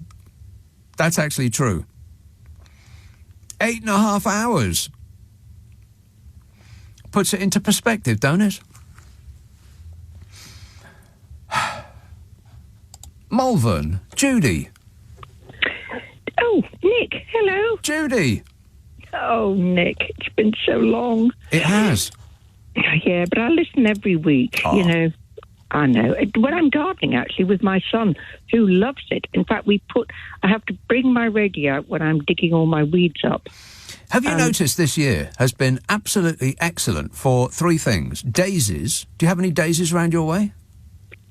Well, plenty around my way, but not in my garden. Not in your garden, no. It's been an absolutely incredible year for daisies. I mean, I go around Kew Gardens and Wisley, and there's daisies like carpets of white for as far as the eye can see. There's just been something about the weather that has been perfect for them. And the other thing is cow parsley. You know that stuff that's like really tall and just... now cow parsley has gone berserk. It has, yeah. I wonder why. But, well, it must be just what weather we've had has been perfect for it, because these white clouds of cow parsley are everywhere. And I've never seen so much. No. And, you know, bearing in mind that I say Malvern, but really it's between, you know, Tewkesbury and Upton upon Severn, you know. And all the verges are absolutely, I mean, it's packed. It's white. It's just white clouds sort of billowing in the breeze. It looks fantastic, doesn't it? It's fantastic. No, unfortunately, my garden really prefers brambles and ivy. The other thing is, and I don't know what they're called, but I think there's various different plants that have all gone absolutely mad this year. It's in fact, it's white plants, daisies, cow parsley, and whatever those giant bushes of white that are completely covered in little white flowers now. I don't know what they're called, but I've never seen so many of them. It's like, and they smell. Oh, you're just like covered in this smell, just driving through, even through London, as filthy and unpleasant as smell. Are you sure? Unpleasant as smelling place as it is, it's overwhelming. The perfume right up my nose it goes. Well, I have to say that I've got to not only have. Actually, it's uncanny because I drive from where I live to Tewkesbury, okay? A lot of people would know Tewkesbury, Battle of Tewkesbury, blah, blah, blah. And I look and I'm in wonderment of the amount of white clouded things on either side of the road. And I've actually noticed this. I mean, like a big time. I haven't mentioned it to anybody, but I just thought, God, this is incredible. It is. There's an explosion of white. Well, perhaps this year. Somebody who knows all about white, cloudy, fluffy things all come in. I mean, it could be acid rain. Who knows? Yeah, it could be a portent of our impending doom. You just don't know. But it looks nice. It could be. Yeah, and we were all lulled into this false sense of security, although anybody who now is in a sense of security, obviously, you know, never mind. The reason I phoned is to say, have you read John Dunt's relatively recent book entitled How Westminster Works and Why It Doesn't? No. Well, I read his columns because I think he writes for The Independent, doesn't he? He does. Or the Eye. Don't read it, okay? Do not, on any circumstances, read. Do not read that book. Okay. No, How Westminster Works and Why It Doesn't, because, you know, I'm telling you not to. You know, I live in hope. But you know, why, you see though? what I did there. But why, though? Why shouldn't I read that? Because it's just going to make me angry? Because if I say you really should read it, you'll say, I won't. I'm not going to. Okay? exactly. So I'm not telling you to. I'm saying don't. I'm not. And Well, hoping I that will. I'll have the opposite. Exactly. Right. I see what you're doing there. Very I know. sneaky, Judy. But you lost me at book. So, no. No. Forget book. Right. All right. No, just a minute. Just forget book, because I've now forgotten books. Okay. Honestly. Because, frankly, I just can't be bothered to sit up and read a book. So I now listen to books. Ah. I subscribe to, doesn't matter what it is, we all know, well-known, I'll just say Audible, everybody's heard of Audible. I mean, for goodness sake. But it's actually Ian Dunt reading it. Oh, right. Well, what's his reading so much voice? Easier. What's his reading voice like? Actually, it's all right. It's I mean, okay. bearing in mind, he's often on the, he's quite often on the Sky News papers Is he? thing. Right. Yeah.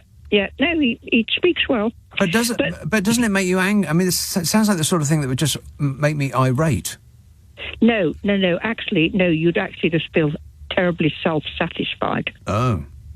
Okay, because in a sense, but he actually dissects the whole system of how Westminster works. I use the word loosely, system of government. Yeah. Everything, but he really looks into it without being boring, I hasten to add, from the initial selection of a candidate, and as to why they're going to be chosen to stand for election. And it goes all the way through from how the civil service, and this is actually quite interesting because I lived in Cheltenham for about 23 years, and if you live in Cheltenham, you're bound to know people that work for GCHQ, so I know an awful lot of civil servants. And the whole point is, and I'll get to the point, is that, and you're aware of this, is that, for instance, when the government, and they constantly keep changing people, especially this lot, so they suddenly change the minister, so you have Failing Grayling was made Minister of Justice, for instance, and he decided to completely change the probation system. He doesn't know anything about the probation system. But it doesn't prevent him from having a strong opinion. Yeah. I think that's the point. Now, in the same way, unfortunately, the civil service have a system of promotion that means, and I know this for a fact, that you could move literally from being, and I'm now quoting a real example of somebody that was trained, that cost a lot of money, in looking at radars, of looking at little blips that are coming in to try and work out whether this is a threat to the country, to being a purchasing manager. Great. You just get you get moved to the job of where you're unable to do the task.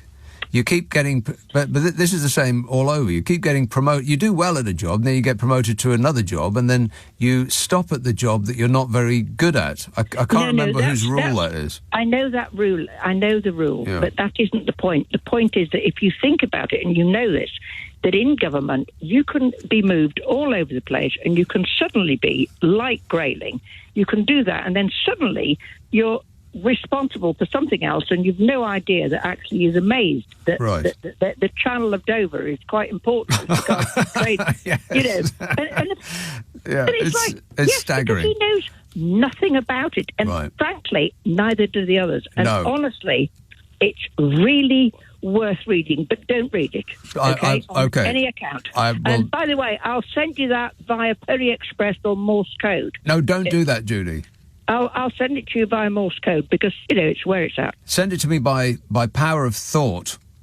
I'll pick it up eventually. All right. Thanks, Judy. 0345 6060 973. Friday, Saturday, Sunday night at 10. Nick Abbot, LBC. This is LBC with Nick Abbot. You're joking. 0345 6060 973. Ash texts, it annoys me when people say that the British people voted for Brexit. Me and half of the people who voted did not vote to leave. Why does 1 or 2% make people think that they can speak for all of the British people? I think it comes down to desperation. The people, this catastrophic clown show that are running us are desperate to pretend that the majority of the British people want them to act in the way that they're doing, whereas the opposite is true. those that voted that still believe that Brexit is our route to nirvana, they are desperate to cling on to that hope because, or to that belief, because without it, they've got no hope. They were told to buy a lottery ticket by somebody who was selling it that promised them that this was a winning lottery ticket, and it turned out not to be so. But it's very, very hard to admit that you've been had. So there's a certain number of them that, regardless of any information that comes their way, regardless of any proof that becomes obvious, they will refuse to believe that Brexit was a bad idea, and they will be flailing around trying to figure out a way to square that circle. And so it'll be, I don't know, the French's fault, or the European Union's fault in general, or it's the civil servants' fault, or it's Jeremy Corbyn's fault. No! Yeah, thanks a lot, Jezza. See what you've done? You've ruined Brexit. Mo says, what are you moaning about? I love a nice cup of tea with sewage floating in it, and nothing beats a long hot soak in sewage after a day's work. Well, that is true. That's a good point there, Mo. Let's see. Sambatch. Hello, John. Hi, I was going to talk about the earlier one about the car companies, but you got me thinking about the water companies. Nobody wants to pay the proposed bill. It's 10 billion? Nobody wants to pay it, do they? We paid it already. We paid them that money already. They've borrowed 5 times more than that, and they've just given it to themselves. They've laden the companies with debt, and now they want us to fill in this giant hole in this metaphorical hole in the ground with money. How can we not pay that extra bill? How can we get out of that? Well, I can't imagine how. I mean, there was some irate person right at the beginning of this show who said, well, we should just not pay. But I think they have a way to make you pay, and it's called being fined and going to jail. Exactly. And if we change the government, would it make the slightest bit of difference? Well, I don't know. Would we have a government who had the intestinal fortitude to say, you can all clear off? We are the government now, and we're taking back control, and you can clear off, and we're keeping all of these companies, because this is our land. You don't live on our land, and you're going.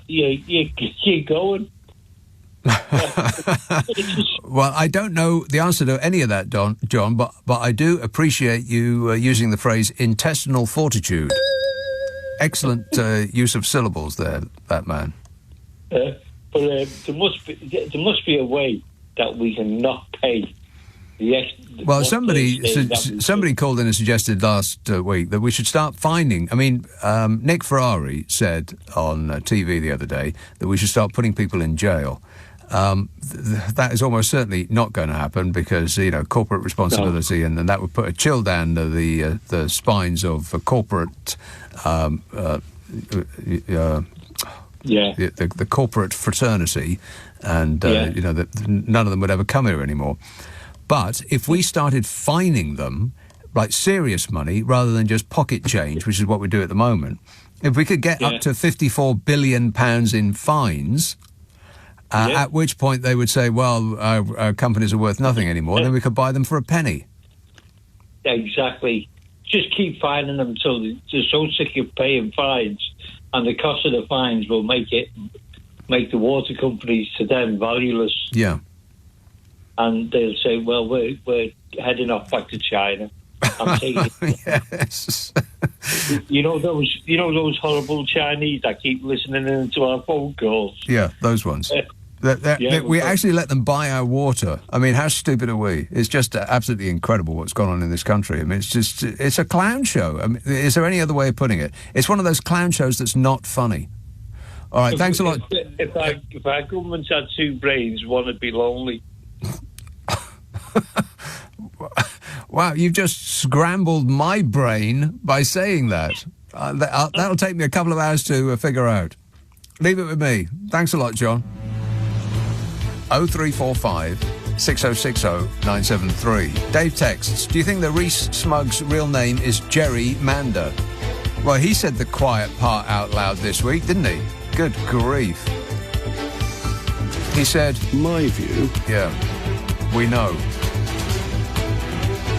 Michaela texts, one of the benefits of Brexit will be that manufacturers and retailers will no longer be forced to fit plugs on electrical items. I look forward to buying a kettle that doesn't have a plug attached, says Michaela. Yeah, well, before you try and do that yourself, dial 9 and 9 so that you only have to push one button. Promise me you'll do that. Thanks a lot, Michaela. On your radio. This is LBC from Global, leading Britain's conversation with Nick Abbott. Oh, hello.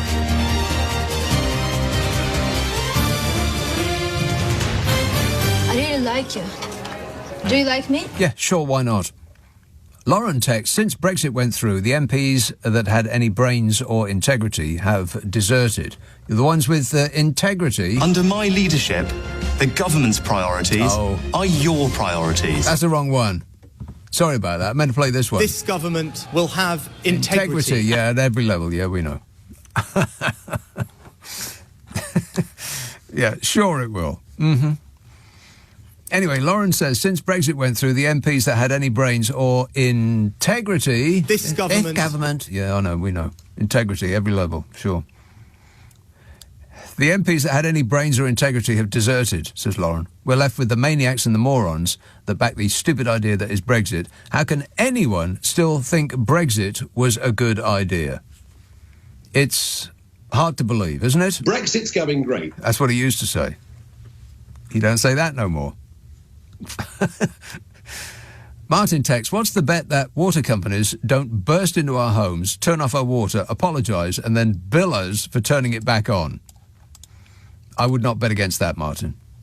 Not now, not ever, never. Ranjit. Hi, Nick. How you going? My call. Have you been frying tonight? Yes, we have. It was reasonable today. I see. The weather was nice, yeah. So were you using up some of that old fish stock that's been hanging around for a couple of weeks that you couldn't get rid of? No, I go down my local pond at night now. That's I'm just pissed up. I'm going to go there and scrum a bit of fish, right? And then tomorrow I'm going to scrump a bit of potatoes. Mystery fish, my favourite. Yeah, I need to book a holiday next week, so I won't be phoning on Friday and Saturday. Where are you going to go?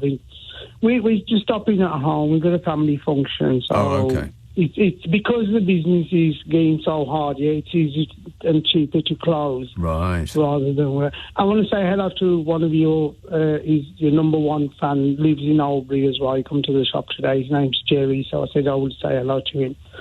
Right, Nick, to my point, this government now, is failing in so many ways, right?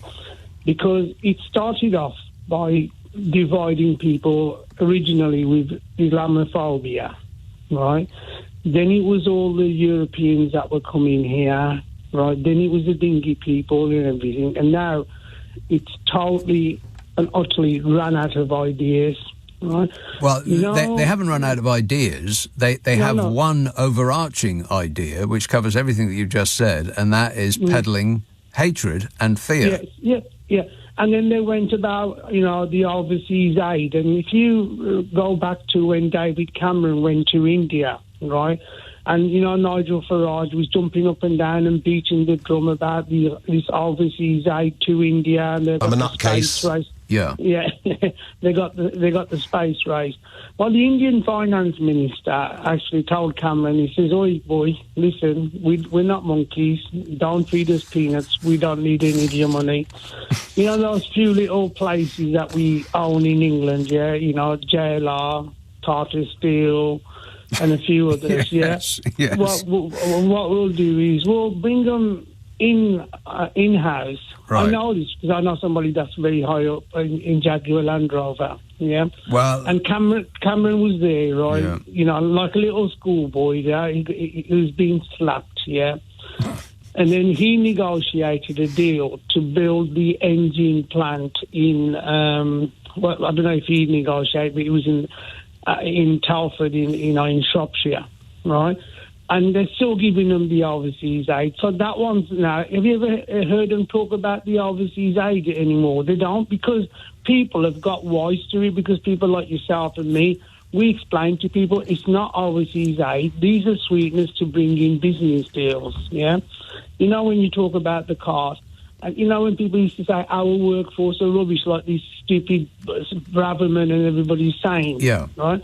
You've got the same workforce, yeah, building fantastic Jaguar Land Rovers, Nissan in Newcastle, Honda in Swindon, Toyota in Derby. It's how these people are led. Yeah, if you treat your workforce with a bit of respect, they will do the work for you, right? Now, Braverman, you know, whoever said that these people need to go and pick fruit. Well, you know, when I was about 14, I used to go and pick fruit, yeah? Okay. What's comical to me is that Braverman said that this week. She said, you know, what we want is for British people to go and, you know, yank turnips out the ground as part of our high-skill, high-wage economy. What is she talking about? You know, if I went, right, and, you know, in my local town hall, right, and said, look, I want skilled labour, right, and they say, okay, yeah, somebody who's a doctor, somebody who's a solicitor, well, what kind of work are you looking for? Fruit picking. Okay, to dig up the fruit picking. Yeah. They say, bring in the white coats, man, this guy's gone crazy. Yes. Right, that's what people would say. Yeah. Now, they'd say you can start in government first thing Monday morning. Yeah, but you know, the thing is now, even the dinglings, right, have started to rebel against this government, in my opinion. Well, right? their ratings are so low, it's hard to imagine anything lower other than having hot sewage poured through your front door. I mean, they're so low now, they're virtually uncountable, the amount of people that support Rishi Sunak and Cruella Braverman specifically. Yeah, and I've got some friends of mine. Remember we discussed this about 4 or 5 weeks ago, right? If it had worked, Brexit, Remainers would have said, okay, come on, folks, let's get together, let's make it work, it's working. But they're so pig-headed, right, that these are Brexiteers, they will not admit that they're wrong. And that's what the worst thing about it is, right? To save face, right? Rees-Mogg, I mean, somebody earlier this afternoon on your station, right, he made some accusations which the presenter had to kind of apologise. Right, well, don't repeat them. I won't repeat them, right? These people, right, are all of them, right? I mean, for example, you know, you was on about travelling through Europe. So Boris Johnson's dad got dual nationality in France. That's a fact, so you can't sue me for that, right? And there's loads of people that have moved their companies to Europe, yeah, rather than leaving a sinking ship. It doesn't matter what happens, they will never admit, because they would have to admit that they lied to us and that the hope that they have pretended that exists with Brexit doesn't exist, which means that people would lose hope and face at the same time, which would be an inconceivable blow, and people will resist it with every fibre of their being. Iranjit, I've got to go. All right. Speak to you in a couple of weeks. Thanks a lot, mate. Have a nice holiday. 0345 6060 973. Let's talk about flowers for a moment, shall we? West Devon. Hello, Rose. Oh, hello, Rose. Well. Is it not hawthorn you're talking about, or is there some other white bush? I don't know, but white flowers seem to be having a moment. The amount of daisies that are covering Kew Gardens is absolutely incredible. I've never seen anything like it. It's like a white carpet. You can't see grass. It's just it's covered it. Oh, the cow parsley. I've never seen so much of it. Great clouds of wafting loveliness by the sides of the road everywhere you go, and I don't know what the names of them are, but massive bushes that are absolutely laden with white flowers are everywhere. Does it look as if they're snow covered? Yes, bushes? exactly right. Yeah. That's hawthorn or Is May. It? Right. It's called May because it comes out in May. Does it smell? Yes. Right. Oh God, yes. Yeah. Lovely. It's every. Yes. Well, I'm speechless. I love hawthorn and I love those daisies, Nick. I'm not showing off, but it's just too botanical names I happen to know, and I love the names. The little daisies on the lawn are Bellis perennis, which I suppose is beautiful perennial, isn't it? I guess. But they're just so exquisite, aren't they, when you look at them? With their petals. When there's large numbers of them, it just becomes sort of overwhelming to the senses. There's just so much white. Yes, I know. It's absolutely wonderful. But the odd thing is that I've just come back. Well, not just, but much later than I should have done because I went late, and I've just eaten some dinner. Can you imagine? My tummy, because I wanted to listen to you, so I've dashed downstairs with the radio. What did you have? Oh, never mind that. I want to tell you about the hawthorn. You see, sorry, am I being rude? No.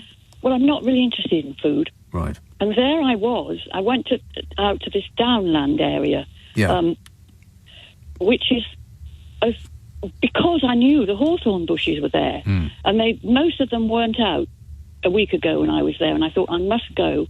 And now, on the whole, most of them are, because it's very up and down. So on the lower slopes, they're much more out than they are on the top slope. Right. But you can just look at one of those trees, and they're all different shapes, and some of them, most of them, perhaps, I think, just seem to have managed to grow themselves to an almost perfect outline, perfect shape.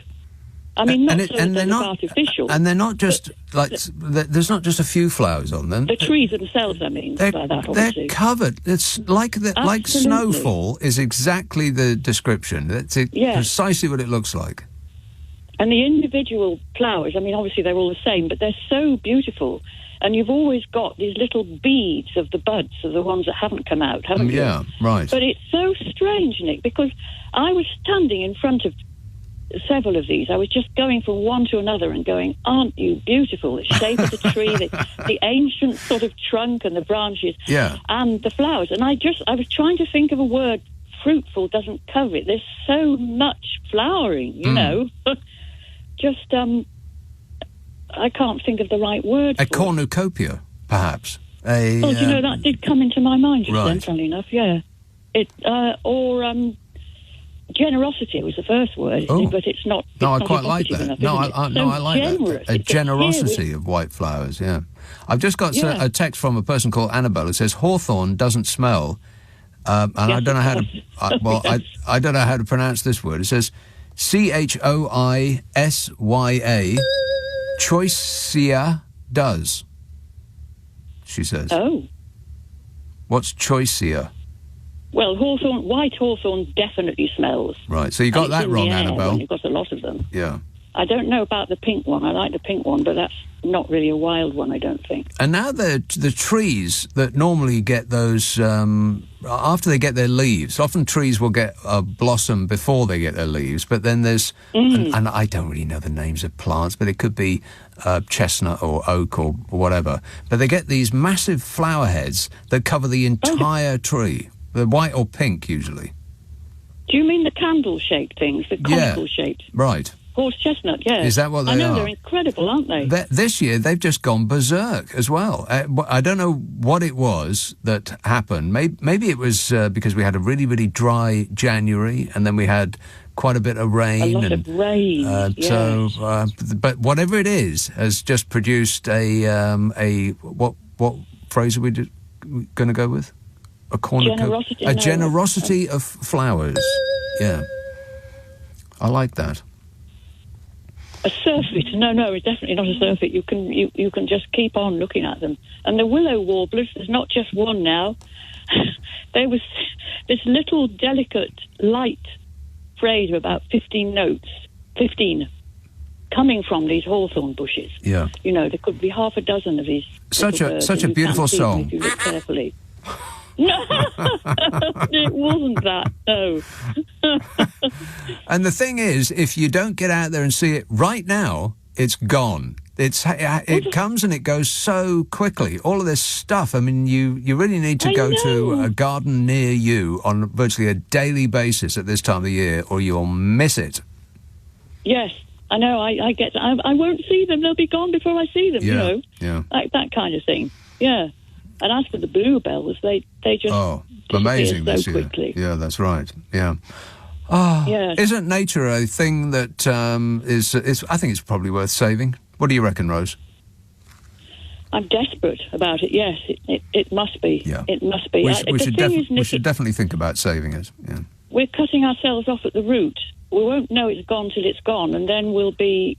Then we'll oh be my sad. God. Yeah. It's our source. SOURCE. You know. Yeah. All right. Good to talk to you, Rose. Thanks for that. 0345 6060 973. Nick Abbott, LBC. This is LBC. Leading Britain's conversation. Nick Abbott. Alexa, send a comment to LBC. Please hold the line. I'm trying to connect you. Yes, I'm trying to connect a person called Hassan in Westminster. Hassan. Yes. Hello. Yes, sir. Hi there. Yeah, look, I've been listening to your program. I think you make a very valid point about the state of the water industry and how we have privatized natural monopolies, which has meant that small shareholders have been making a huge amount of money, and they have been layering a huge amount of debt in there. So it's like taking your first mortgage and then your second mortgage and your third mortgage. And what it means is that actual capital deployed is so minimal that the returns are astronomical. Yes. And I think that's what they've been doing instead of actually investing in this. I think you've And nutshelled it. Exactly. And I think what the government should do is impose very harsh fines on all the pollution that they're creating.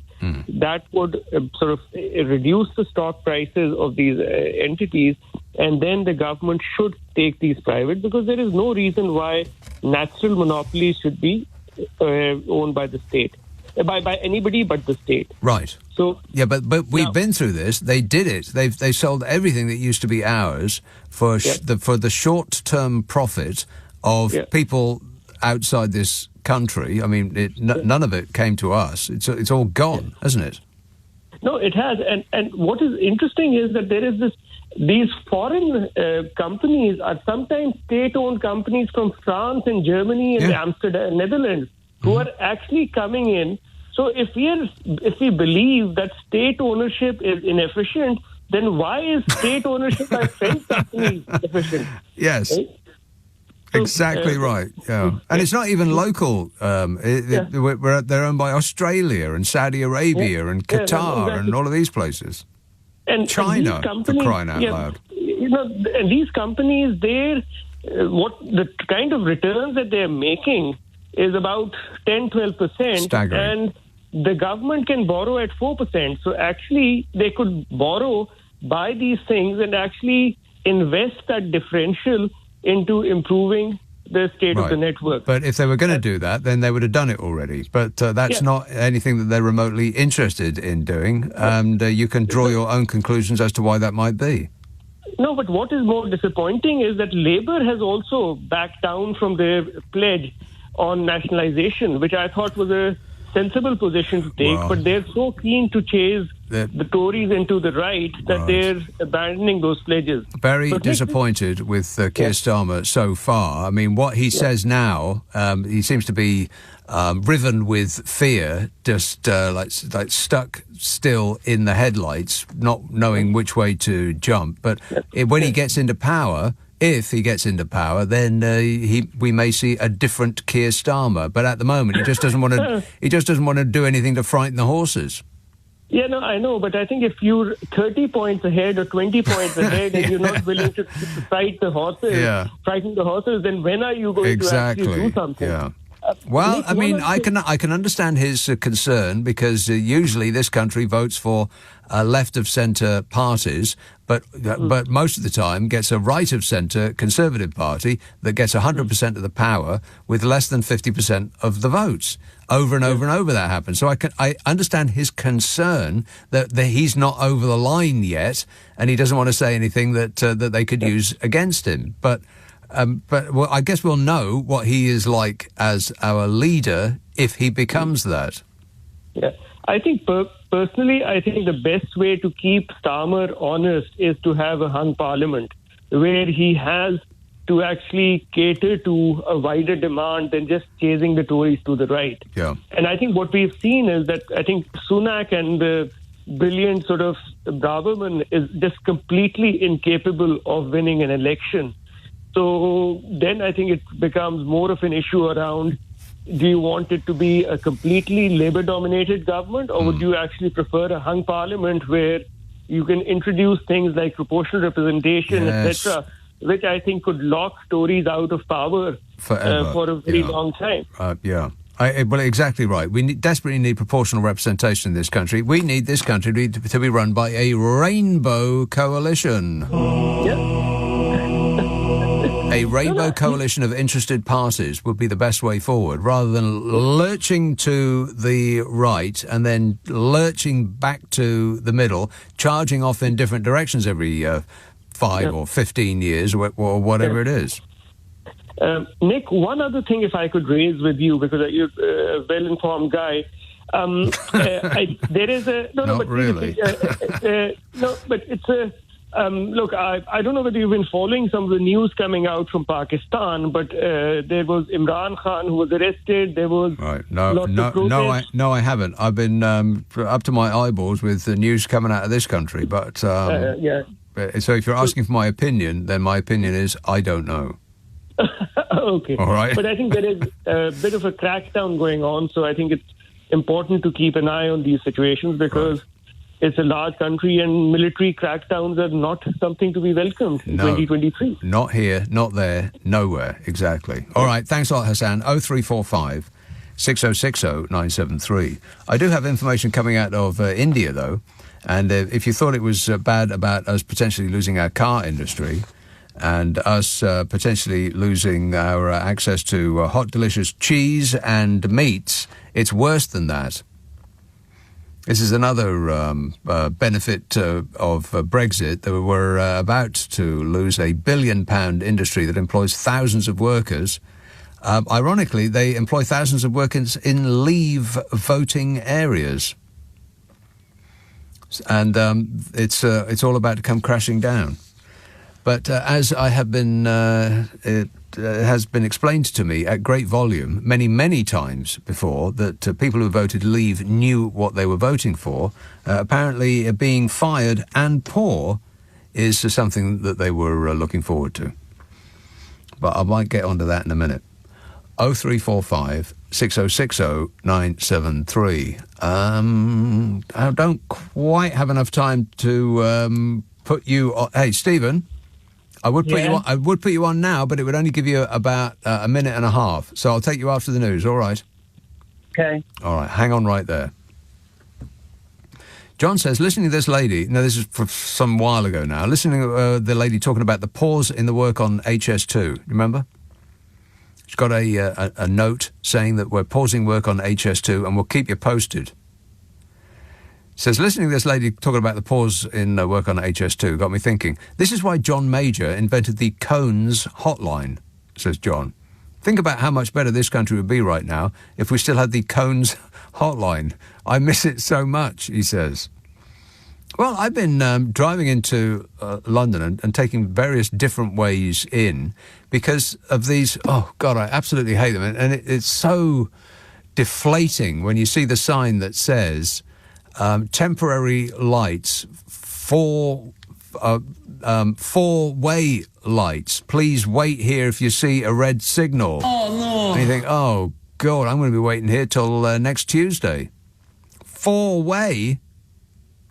And they are around roadworks. Well, they're supposed to be roadworks, but that nobody ever actually works on them. They put machinery up there right enough, and they cordon off two out of the 3 lanes, so there's a traffic jam that goes back to, as far as the moon and back. But nobody actually seems to be doing anything there anymore. So if that Cones hotline still existed, I'd be bashing out that number on a daily basis, yelling down the phone. Nobody was actually on the end of that hotline, though, were they? Didn't you just leave a message and they'll get back to you? Except they never did. Billy texts, the one thing I'm not happy with is, and that manufacturing of cones business. I mean, can you imagine how much money they're making? It must be hand over fist. Quite a boring business to be in, I would imagine, but lucrative, no doubt. Billy says, the one thing that I'm not happy with is Starmer not appearing to want proportional representation voting, which would be better than a dodgy voter ID scheme, or repealing this, and he says, pubic order bill. What? That's what he says. The pubic order bill. Now, maybe that's a misprint on his part, or there is a bill that has been enacted that I wasn't familiar with. The pubic order bill. I mean, it wouldn't surprise me. Nothing does anymore. But who would go about checking on this pubic order bill? Disgusting. I vote not to. I mean, if the job's going, then I'm busy. But thanks for asking. 0345 6060 973, text 84850, email nicka@lbc.co.uk, and if you're on Twitter, it's at LBC. Friday, Saturday, Sunday night at 10, Nick Abbott, LBC, it's 12:30, the news headlines with Tim Daly. This is LBC with Nick Abbott. Who do you think you're talking to? Yes, I am talking to Stephen in Sunderland. Thanks for waiting. Hello. Yes, and I'm a first-time caller. There Good you man. go. It's just two quick points. One, I want to talk about the water companies, and I know they're getting load of bad press. But all I would say, really, if you let the rats eat the cheese, they will, because and what I mean by that is the government drew up the contracts when they sold the water facilities to the water companies. It's the government that set the framework. Mm-hmm. So it's the government's to blame. The government allows them to do it. They set up the rules, and the companies are largely operating within the structure the government set up. So we're arguing with the wrong people. Well, not really. Corporations have the morality of a shark. They're not interested in they're not interested in anything except making money, and the governments were supposed to set the guidelines by which they would protect us poor dopes who pay taxes. And of course they didn't do that. They didn't do that on anything because the government at the time was just interested in making all of that hot, delicious money. So all I'm saying to you is we're blaming the wrong people. We should know that the companies are only interested in making money for their shelf. That's all they're interested in. And so when we write the contract to sell the service to them, we say, okay, you've got to work within this rigid framework, and so it's down to us because we signed off on it. No, not us. I mean, the government. Right. Exactly. The government of the day. Yes. It's the government of the day. So the government has to...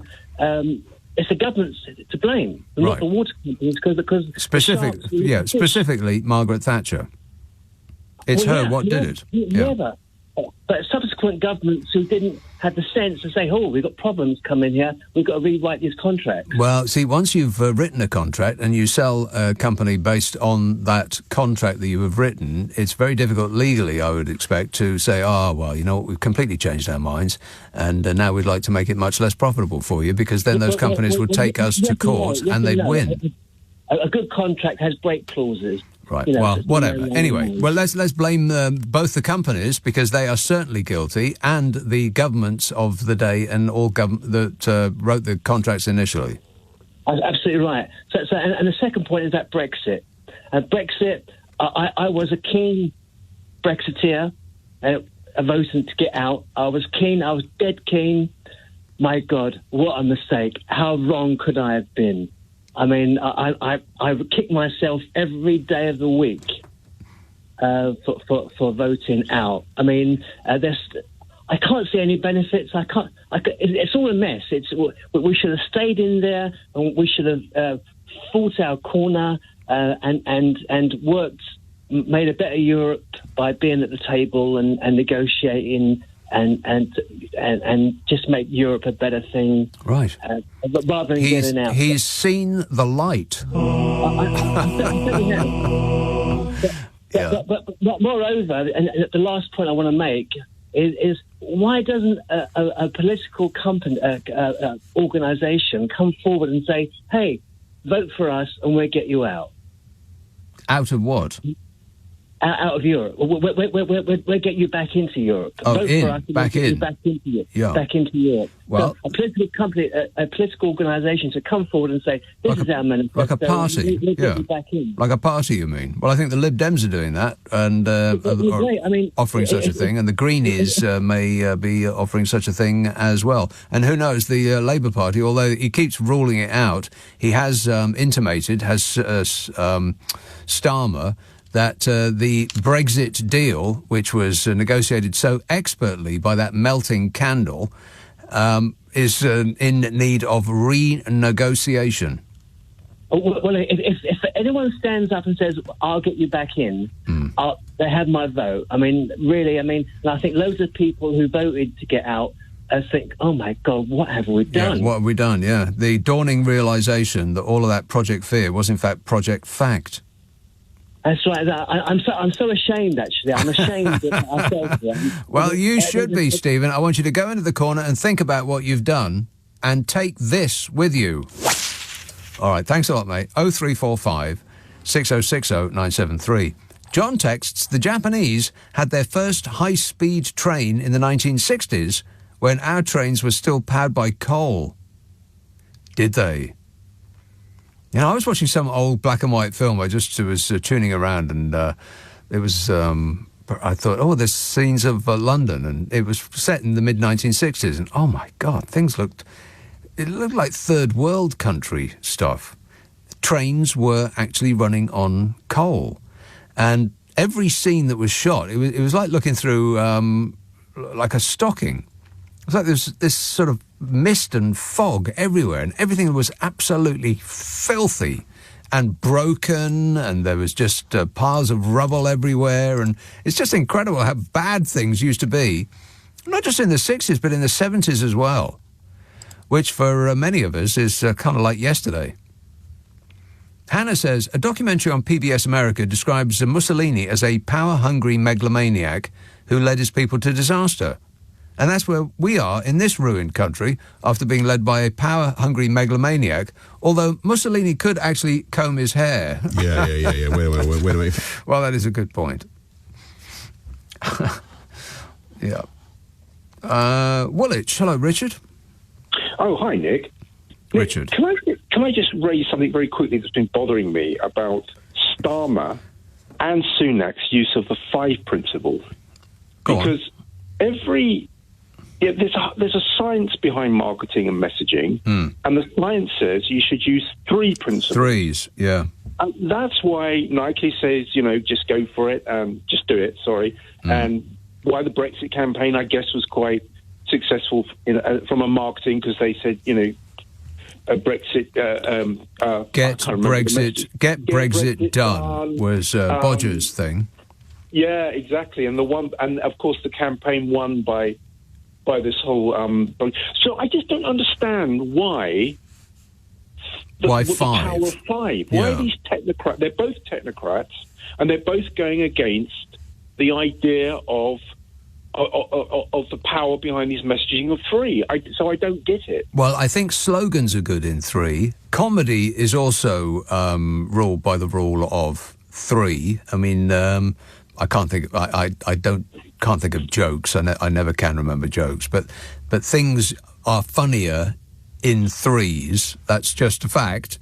But if somebody, as a politician, he was vying for your vote, and they can only come up with 3 things, that doesn't seem like very many.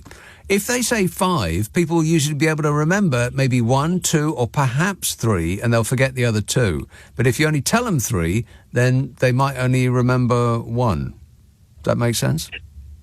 It might seem as though they're limited in their horizons. I've already forgotten that. See, that's the point. This is the point with the Sunak and I can't remember any of the Starmers. I don't know any of the Starmers' 5 principles. Well, that's a good point. Yeah, I'm trying to think of them myself. Yeah. Sunak's, I know one is growth, I think there's something about inflation and there's boats, and I don't remember the other two.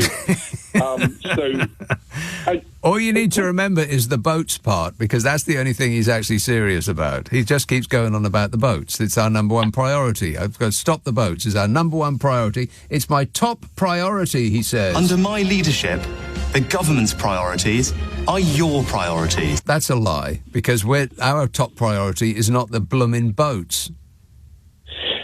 But absolutely, of course, he's using "stop the boats," which is in 3, so the power of 3 works. Stop there. the boats, yeah, that's right. But I thought, Blair was the most. He was brilliant at this kind of thing, and I thought he was.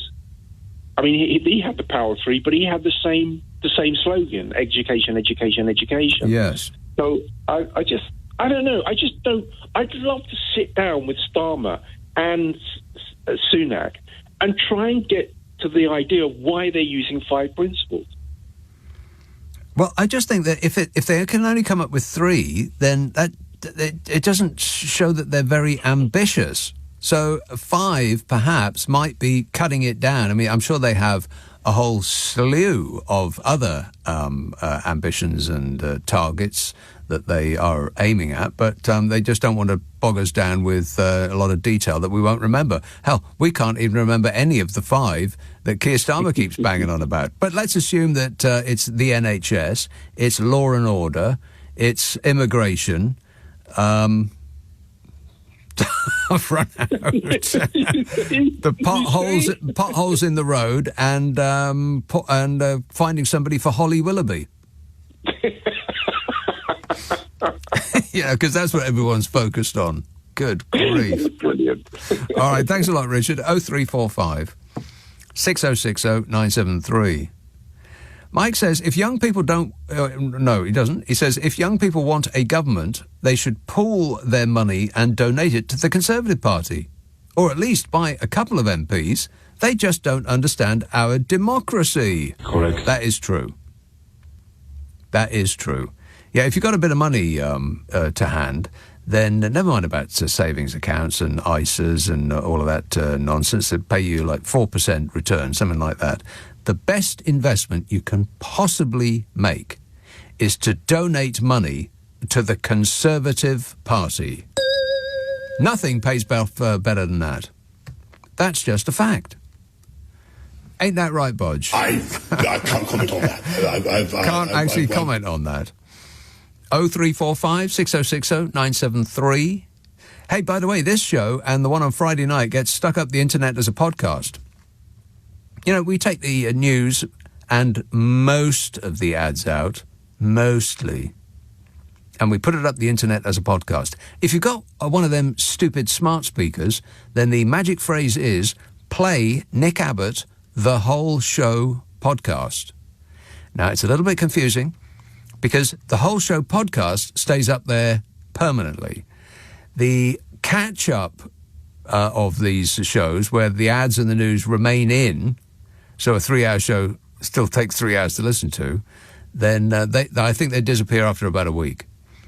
But you want the other one. You want Nick Abbot, the whole show podcast, which is exclusive to Global Player. Now, if you haven't got Global Player, then you can find it for free from your favourite app store or go to globalplayer.com.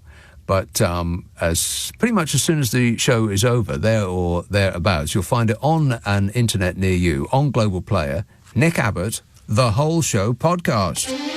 Coming up, this is LBC with Nick Abbot. Call 0345 6060 973. Text 84850. Alexa, send a comment to LBC. Come on, we're running late. Bedford, Simon. Hi, Nick. Just a couple of alarming asides, if I may.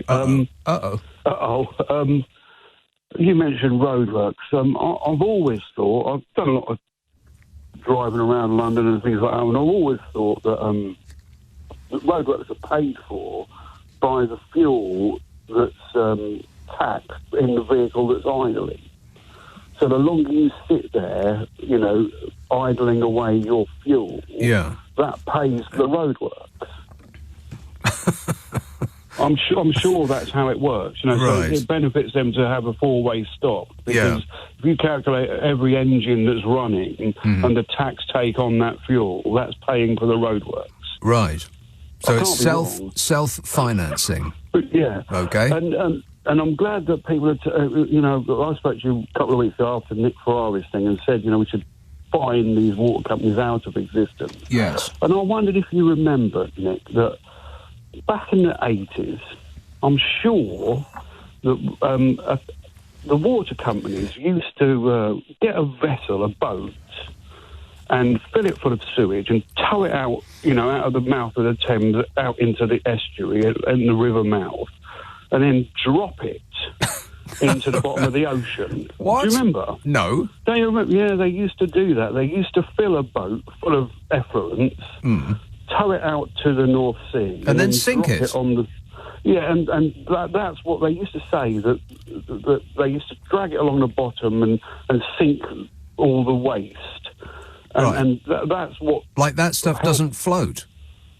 Well, it does if you rake it in, and that's what they were doing. They were using it like a thing to rake it in to the bottom of the sea. I have never heard of that before. Yeah, and that's what they reckon made the fish stocks collapse. Right.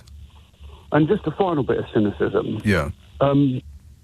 All these white plants, I'm surrounded by white plants at the moment. I walked across my garden the other day to put the bin out, and I got so much pollen on my shoes from the daisies. My shoes had turned yellow. It's absolutely ridiculous.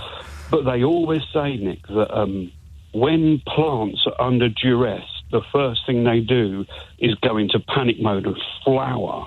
So I should imagine that heat we had last year has made them all panic and think, they're in a terrible, let's produce lots of pollen to produce more plants in order to sort of survive, mitigate the conditions. Well, if only we could hear. Right, maybe if only we could hear them. Maybe the plants are going. They're screaming at the top of their little voices. And we're going, ah. Now, maybe Prince Charles is right, or King Charles is right after all. We need to listen to the plants. Exactly right. Yeah, he's not as daft as he looks. Well, I wouldn't say that, but there you go. Quite right. All right, thanks a lot, Simon. Yeah, thanks, Nick. Cheers, mate. 0345 6060 973. Johnny says sewage doesn't like heat. Huh? Bad news, we're now in El Nino, meaning hotter weather for the next 5 years. And in 2 to 3 years, we'll go over 1.5 degrees centigrade, which is really hot, says Johnny. Sewage doesn't like heat. What does that mean? I don't understand the basic concept of that message. But moving on. Stockton on Tees. Hello, AJ. Oh, hello, Nick. Thanks for having us. I like to talk about the daisies earlier, but dying plants are horrific. Anyway, my call's about something you said earlier, that's actually a reason that our country was in that dirty, grimy, mucky state, and for us not having brand new super fast trains. And it's the same reason why people had to be in austerity for like a decade and a half after the war. That the country's money was going to the Americans, paying back for all the material that the soldiers on loan. Well, to defeat the Nazis, save the world from World Tyranny. We did owe America a lot of money. We only recently paid it all off. Aye, Nick. That's who he was, isn't it? That's terrible. Well, I mean, if they're going to, if you ask an organisation, be it a bank or a friend or another country for money, and they loan it to you, the important part is that you pay it back. You don't just forget about it. And I do understand your point very well, but imagine that they had got, and we had succumbed to Nazi Germany. They would have been next. Invasion on the East Coast by Nazis, West Coast by Japan. Yeah, and I'm not sure about that. American strategists planned for it. They reckoned it'd be up to Michigan, the Japs, before it would put up a feasible defence. Yeah. Can I mention the daisies now, Nick? I'm not sure about that, but go ahead with the daisies, yeah. Oh, I love daisies. When we started talking about them, I did consider what we might lose in our, if the climate buggers like ecology too much. I love daisies myself. And I thought, capitalism is insane. If you put profit before everything, before any other consideration, it portrays itself as the best system. But maybe you're not. Well, what's that got to do with daisies, though? That's what we're saying. Capitalism portrays itself as the best system. If you ignore the collateral damage, like the world planned. Right. Because loads of daisies. Well, it's the best system for those who have already made it. Everybody else, it's the dream that keeps you running. And most of us are running in one spot, just to we're on a travelator going in the opposite direction, and we're running furiously just to stay still. Yeah. You've got your finger on the pulse, I know that, Nick. Can you get here? All right, thanks. Champion talking to you. All right, thanks a lot, AJ. Cheers, mate. 0345 6060 973. Phil says, having bought the water companies at a giveaway price, the private owners should raise the money for the modernisation of the infrastructure from their shareholders in the usual way. If they can't do that, the companies should be forced into administration, and then we can renationalise them at a knockdown price. Businesses do that trick all the time. But isn't the problem that the entire industry is now saddled with something like 55 or 56 billion pounds of debt?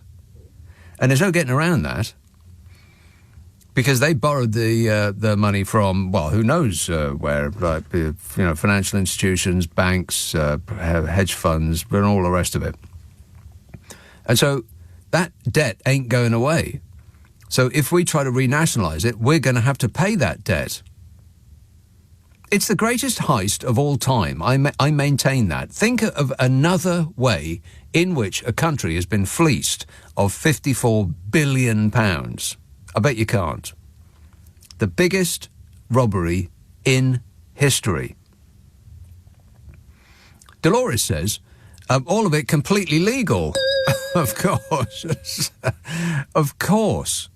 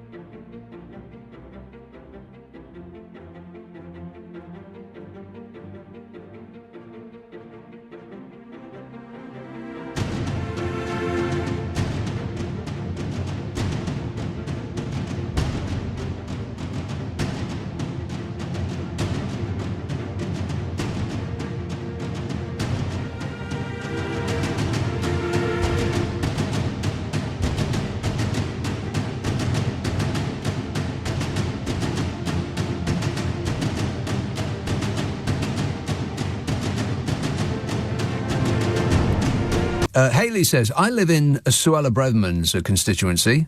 Insert dreadful soundbite here, says Hayley. Dreadful. All right. I live in literally the most Tory constituency in the world, and I can't see any of these old duffers who live here changing their mind at the next general election. It's a sad fact that these people will never vote for anything else but a Tory. We are doomed, says Hayley. Well, the thing is, Hayley, eventually all of those old duffers will fall off the end of the conveyor belt of life, and they will be replaced by people who might not do what their grandparents used to, which is vote Conservative. And they might not vote Conservative because the sort of very basis of the sort of transformation from a liberal young people to right-wing old people was the acquiring of a house. And once you've got an asset like that, you wanted to protect it, which is why people, when they get older and they got all this stuff that surrounds them and they want to keep it, they vote Conservative because the Tories are most likely to, well, in normal circumstances, make you pay less tax. But that is broken now, that equation, fundamentally. So I think the Conservative Party, like religion, is going to slowly fade out. Not fast enough, in my opinion. And finally, Dolores texts, my husband just said everything is better with mayonnaise. Not hair, I said. That shut him up. Well, Dolores, Have you tried mayonnaise in your hair? Ah, see, you haven't. I mean, you don't need very much. Just a little bit goes a long way. Not a lot. You don't need to put all of that product in your hair. You just don't. He's an expert. Now, if you missed any of tonight's show, you can listen back on Global Player. It's the thing you want is Nick Abbott, The Whole Show podcast. If you've got Global Player, you can rewind live radio with it. How they do that, I do not know. If you haven't got Global Player, you can download it for free from your App Store or head to globalplayer.com. I'm back tonight at 10 o'clock for my Abnormal Normal show. Coming up at 4, Ali Mirage, but right now, Clive Ball. But right now, Clive Ball. But right now, Clive Ball. But right now, Clive Ball. But right now, Clive Ball. But right now, Clive Ball. But right now, Clive Ball. But right now, Clive Ball. But right now, Clive Ball. But right now, Clive Ball. But right now, Clive Ball. But right now, Clive Ball. But right now, Clive Ball. But right now, Clive Ball. But right now, Clive Ball.